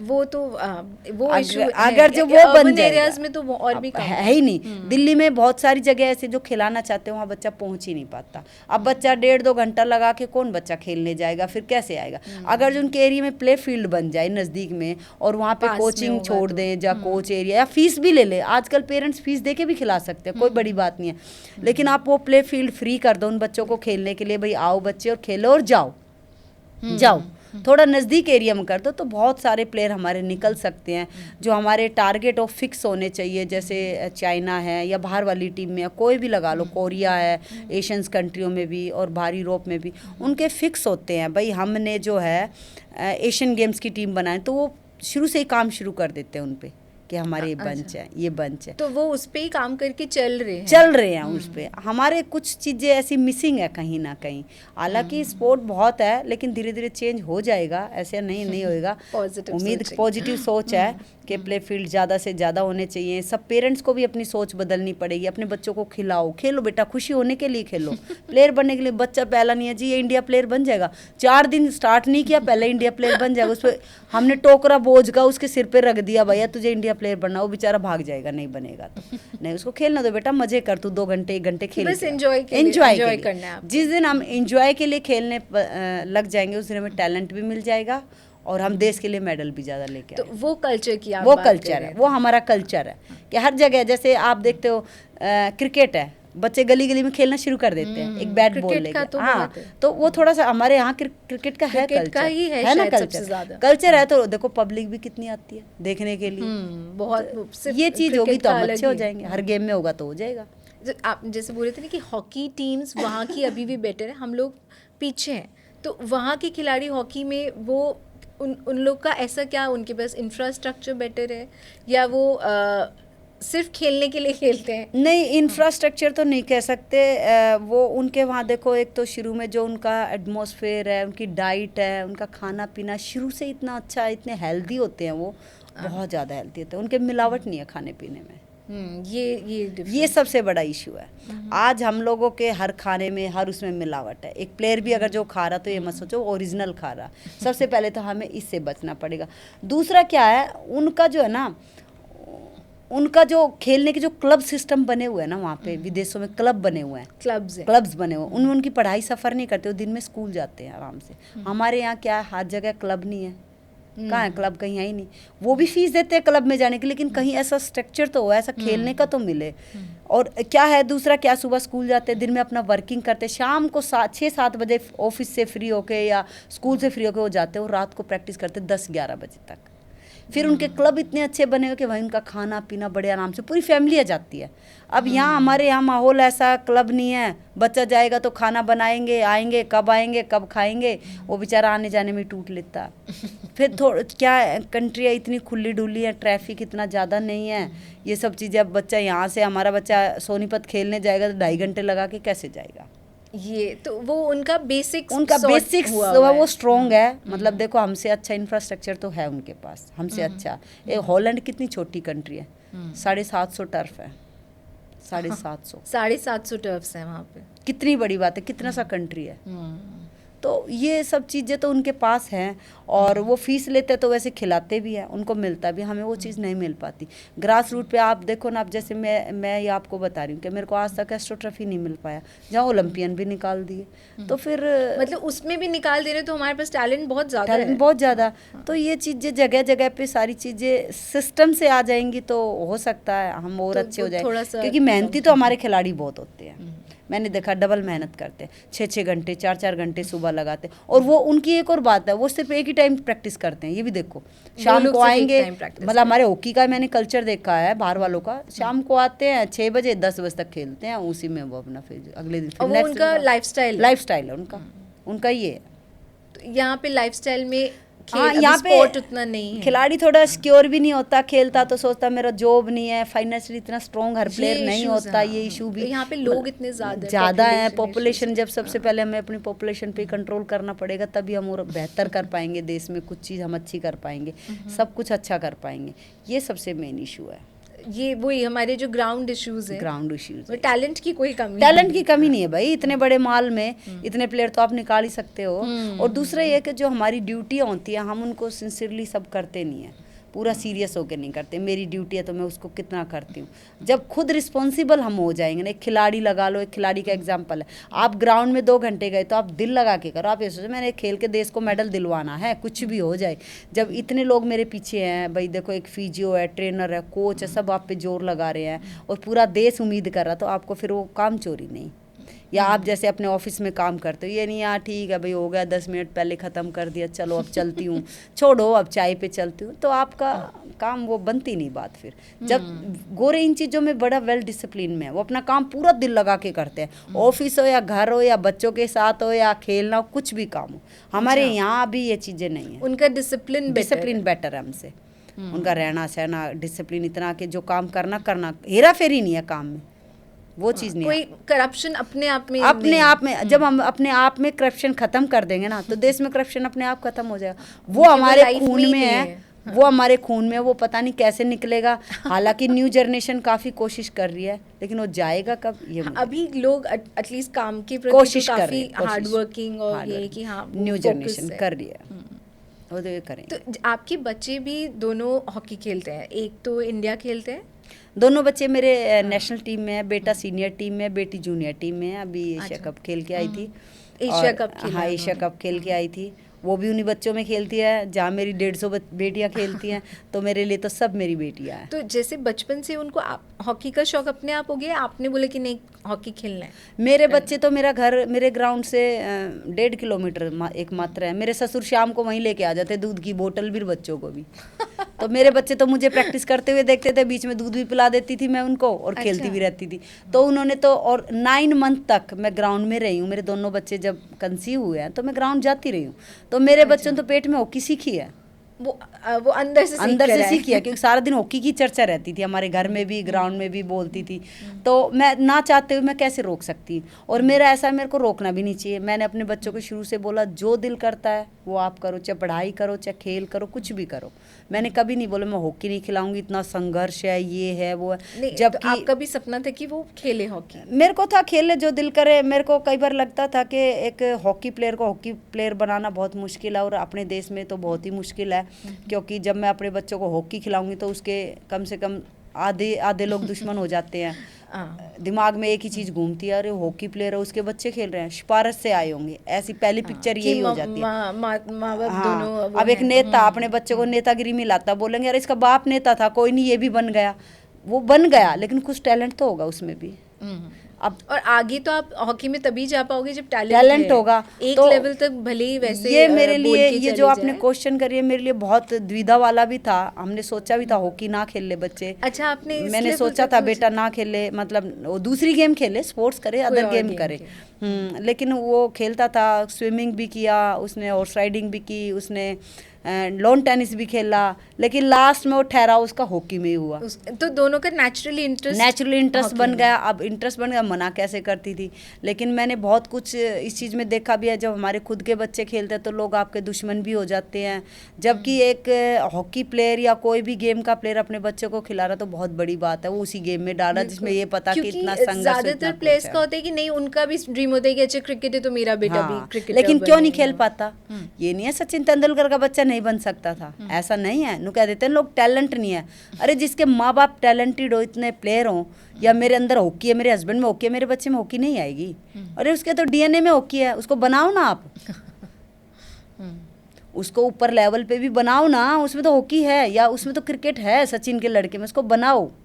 बनाना कैसे है? उस पर नेगेटिविटी मत रखो कि सचिन है तो उसका लड़का है, या किसी का भी हो XYZ, मैं नाम नहीं ले रही। लेकिन मेरे को इस चीज़ का बड़ा वो लगता है, एक प्लेयर को अपने बच्चों को प्लेयर बनाने में बहुत जोर लगता है। और मैंने वो देखा भी है, और मेरे बच्चे खेल भी रहे हैं, और ठीक खेल रहे हैं, अच्छे लेवल पे खेल रहे हैं। मैं बहुत सपोर्ट करती हूँ ग्राउंड में। जैसे आप उनके कोच भी थे? मैं ग्रास रूट पे तो मैं ही थी, लेकिन अब आगे जैसे स्टेट में दूसरे, लेकिन बचपन से उन्होंने आपसे सीखा मेरे से। तो मैं मतलब आप उनको वैसे ही डांटते हो? बिल्कुल वैसे ही पीटती थी, वैसे ही डांटती थी। वही ट्रीटमेंट होता था। घर आके बोलते थे मम्मी आज आपने मुझे यहाँ मारा, देखो आज पापा ने मुझे ऐसे डांट दिया। सेम ट्रीटमेंट रहता था हमारा। अब जो जैसे ग्राउंड में जो बच्चे, उनको नहीं लगता कि अच्छा ये इनके बच्चे हैं तो इनको डांटनी पड़ेगी, या नहीं? मेरे बच्चों को ज्यादा अच्छा खिला दिया, मुझे मेरे बच्चों को सबसे बड़ी बात है कि मेरे बच्चे बहुत अच्छी, मैं मतलब बहुत थैंक्सफुल हूँ अपने बच्चों का, कि मेरे बच्चों ने कभी जाहिर नहीं होने दिया ये इन 150 बच्चों से अलग है। जो वर्क वो करते हैं वो भी करते हैं, जो कूड़ा वो उठाएंगे वो भी उठा रहे हैं, वो भी वही काम करे, वो भी पिटते हैं, वो भी। और लड़कियां जो वो भी वही उनको बोलती है, वो भी लड़ाइयाँ करती हैं, वैसे ही बोलती हैं। कोई ये भी नहीं समझती भी कोच की बेटी है कुछ, कभी सेम ट्रीटमेंट। उनको ये पता कि दीदी सुनेगी नहीं, चाहे इनकी बच्ची है, गलत कर रही तो गलत है, जैसे डांट पड़ी तो उनको पड़ेगी, लड़कियां डांटते तो उनको भी सेम ट्रीटमेंट है। तो कभी मैंने और ऐसा जो सीनियर है तो सीनियर है, वो सीनियर junior है तो वो junior। जूनियर है, कभी उनको कोई वीआईपी ट्रीटमेंट नहीं। तो बाकी बच्चे, मैंने सुना उस दिन आपको खेलते हुए देखा, कोचिंग करते हुए, कि दीदी जी बोलते हैं। हाँ। कि दीदी जी ये कर, तो आपके बच्चे फिर मम्मी बोलते, दीदी जी बोलते? ग्राउंड में तो दीदी भी नहीं बोलते थे, वो तो खैर मम्मी मम्मी तो बोलते ही थे। मम्मी को क्वेश्चन होता था, ऐसे नहीं मम्मी ऐसे, आपा ऐसे बताते, मम्मी पापा तो उनको बोलने पड़ते, वो भी दीदी मुझे लेकिन वो कई बार मजाक मजाक में ग्राउंड बोलते थे, मजाक में नहीं, जैसे होता ना दीदी नहीं, फिर निकल जाता, अरे मम्मी आज तो गलती दीदी बोल दिया, मुंह से निकल क्योंकि जाता, सब दीदी बोल रहे दीदी हैं। बोलते थे। तो आप उनकी असली वाली हाँ, दीदी असली निकले हो। वाले मतलब वो थे। तो उनके तो मतलब कोच भी हम, सब कुछ हम ही थे उनके शुरू में, लेकिन अब आगे आगे जैसे कोच मिलते गए तो वो उनको ट्रेंड कर रहे, वो उन पे सिखा रहे हो। आप चारों जब घर में होते हो तो सिर्फ हॉकी की बात होती है, क्या कॉन्वर्सेशन होता है आप लोग? हॉकी की बहुत बात होती है हमारे ऊपर से। कई बार में हम ऊपर नीचे रहते थे पहले, तो मेरी जिठानी आवाज़ लगाती थी, बस करो यार, हॉकी के अलावा कोई दूसरी बात भी कर लो। तो मतलब सारा दिन हॉकी की ही बात हो, लेकिन हम बोर भी नहीं होते। हम लोग देखो एक दूसरे की कमियां बताते हैं, घर आके बैठ के बात आपस करते में हैं। क्रिटिसिज्म हाँ, की बड़ा अच्छा, लड़ाइयाँ भी होती है हमारी बहुत, मेरे हस्बैंड की तो बहुत होती है हॉकी के ऊपर, हॉकी को लेकर। और कोई लड़ाई नहीं है, मतलब ये ऐसे वो ऐसे होना चाहिए था, तो बच्चों को भी बता देते हैं भाई ऐसे करो ये करो, और जो वो खेलते हैं तो उनमें कितनी इम्प्रूवमेंट है, कितनी करनी है, तो ये सब चीज़ें बताते। अभी जैसे प्रीतम जी, अभी जो बच्चे हॉकी खेलना चाह रहे हैं, एक तो हॉकी का स्पोर्ट अब जाके थोड़ा और, हालांकि हमारा नेशनल गेम है, बट पॉपुलर अब थोड़ा और, स्पेशली लीग की वजह से अब और भी हो गया। तो अभी जो बच्चे इसमें आना चाह रहे हैं, उनको आप क्या एडवाइस करो? एक लाइफ का एडवाइस और एक हॉकी का एडवाइस। मैं तो लाइफ में सभी बच्चों को यही बताना चाहूँगी कि लाइफ में आपके ना टारगेट फिक्स होने चाहिए, जो भी है भाई मुझे वो करना है। और दूसरा ये बताऊँगी, चाहे खिलाड़ी हो चाहे कोई हो, मेहनत जो है ना, हार्ड वर्किंग जो सबसे बड़ी की है सफलता की। क्योंकि मैंने अपनी लाइफ में सब कुछ हार्ड वर्क करके लिया, और मुझे ये पता जो मैंने सोचा वो मुझे मिला, लेकिन हार्ड वर्क से। भगवान आपको आपकी मेहनत का ज़रूर देता, आपको साथ साथ नहीं देता, लेकिन आपको पूरी लाइफ में देता रहता है। वो हमें पता नहीं लगता कब मिलता है, हाँ, लेकिन मिलता किसी ना किसी रूप में मिलता। बस जब भी जो खिलाड़ी हो चाहे वैसी लाइफ हो, आप अपने हार्ड वर्क करते रहो, आपको ज़रूर आप अचीव करते हो। और हॉकी में क्या इम्पोर्टेंट मतलब है, जो हॉकी सीखने में यही एडवाइस सही है, या हॉकी के लिए भी कोई अलग से एडवाइस? नहीं, हॉकी के लिए भी बस बच्चों को ये है कि बच्चे मेरे बहुत लकी है कि मैं एक इतने लेवल पे खेलने के बाद उनको ग्रास रूट पे हॉकी सिखा रही हूँ। और मैं बच्चों हॉकी प्लेयरों को यही बोलना चाहूँगी, जो मुझसे ले सकते हैं, कहते हैं ना जो गुरु दक्षिणा ले सकते हैं मेरे से ले, गुरु मंत्र ले सकते हैं वो ले लो। क्योंकि मैं तो खुद कहती हूँ, मैं ग्राउंड में मुझसे लूट लो जो लिया जाए, उसके बाद पता नहीं आपको कोई उससे दे पाएगा नहीं। और मैं अपना बेस्ट देती हूँ उनको सिखाने के लिए, जो मुझसे सीखना चाहे सीख सकता है जितना मर्जी। Thank you so much ma'am, बहुत अच्छा लगा आपसे इतनी सारी बातें, आपकी बहुत ही मज़ेदार बातें थी। आई होप आपने भी इंजॉय किया होगा। Thank you for being on TDM मंथन and giving your so valuable time here. Thank you so much. Thank you.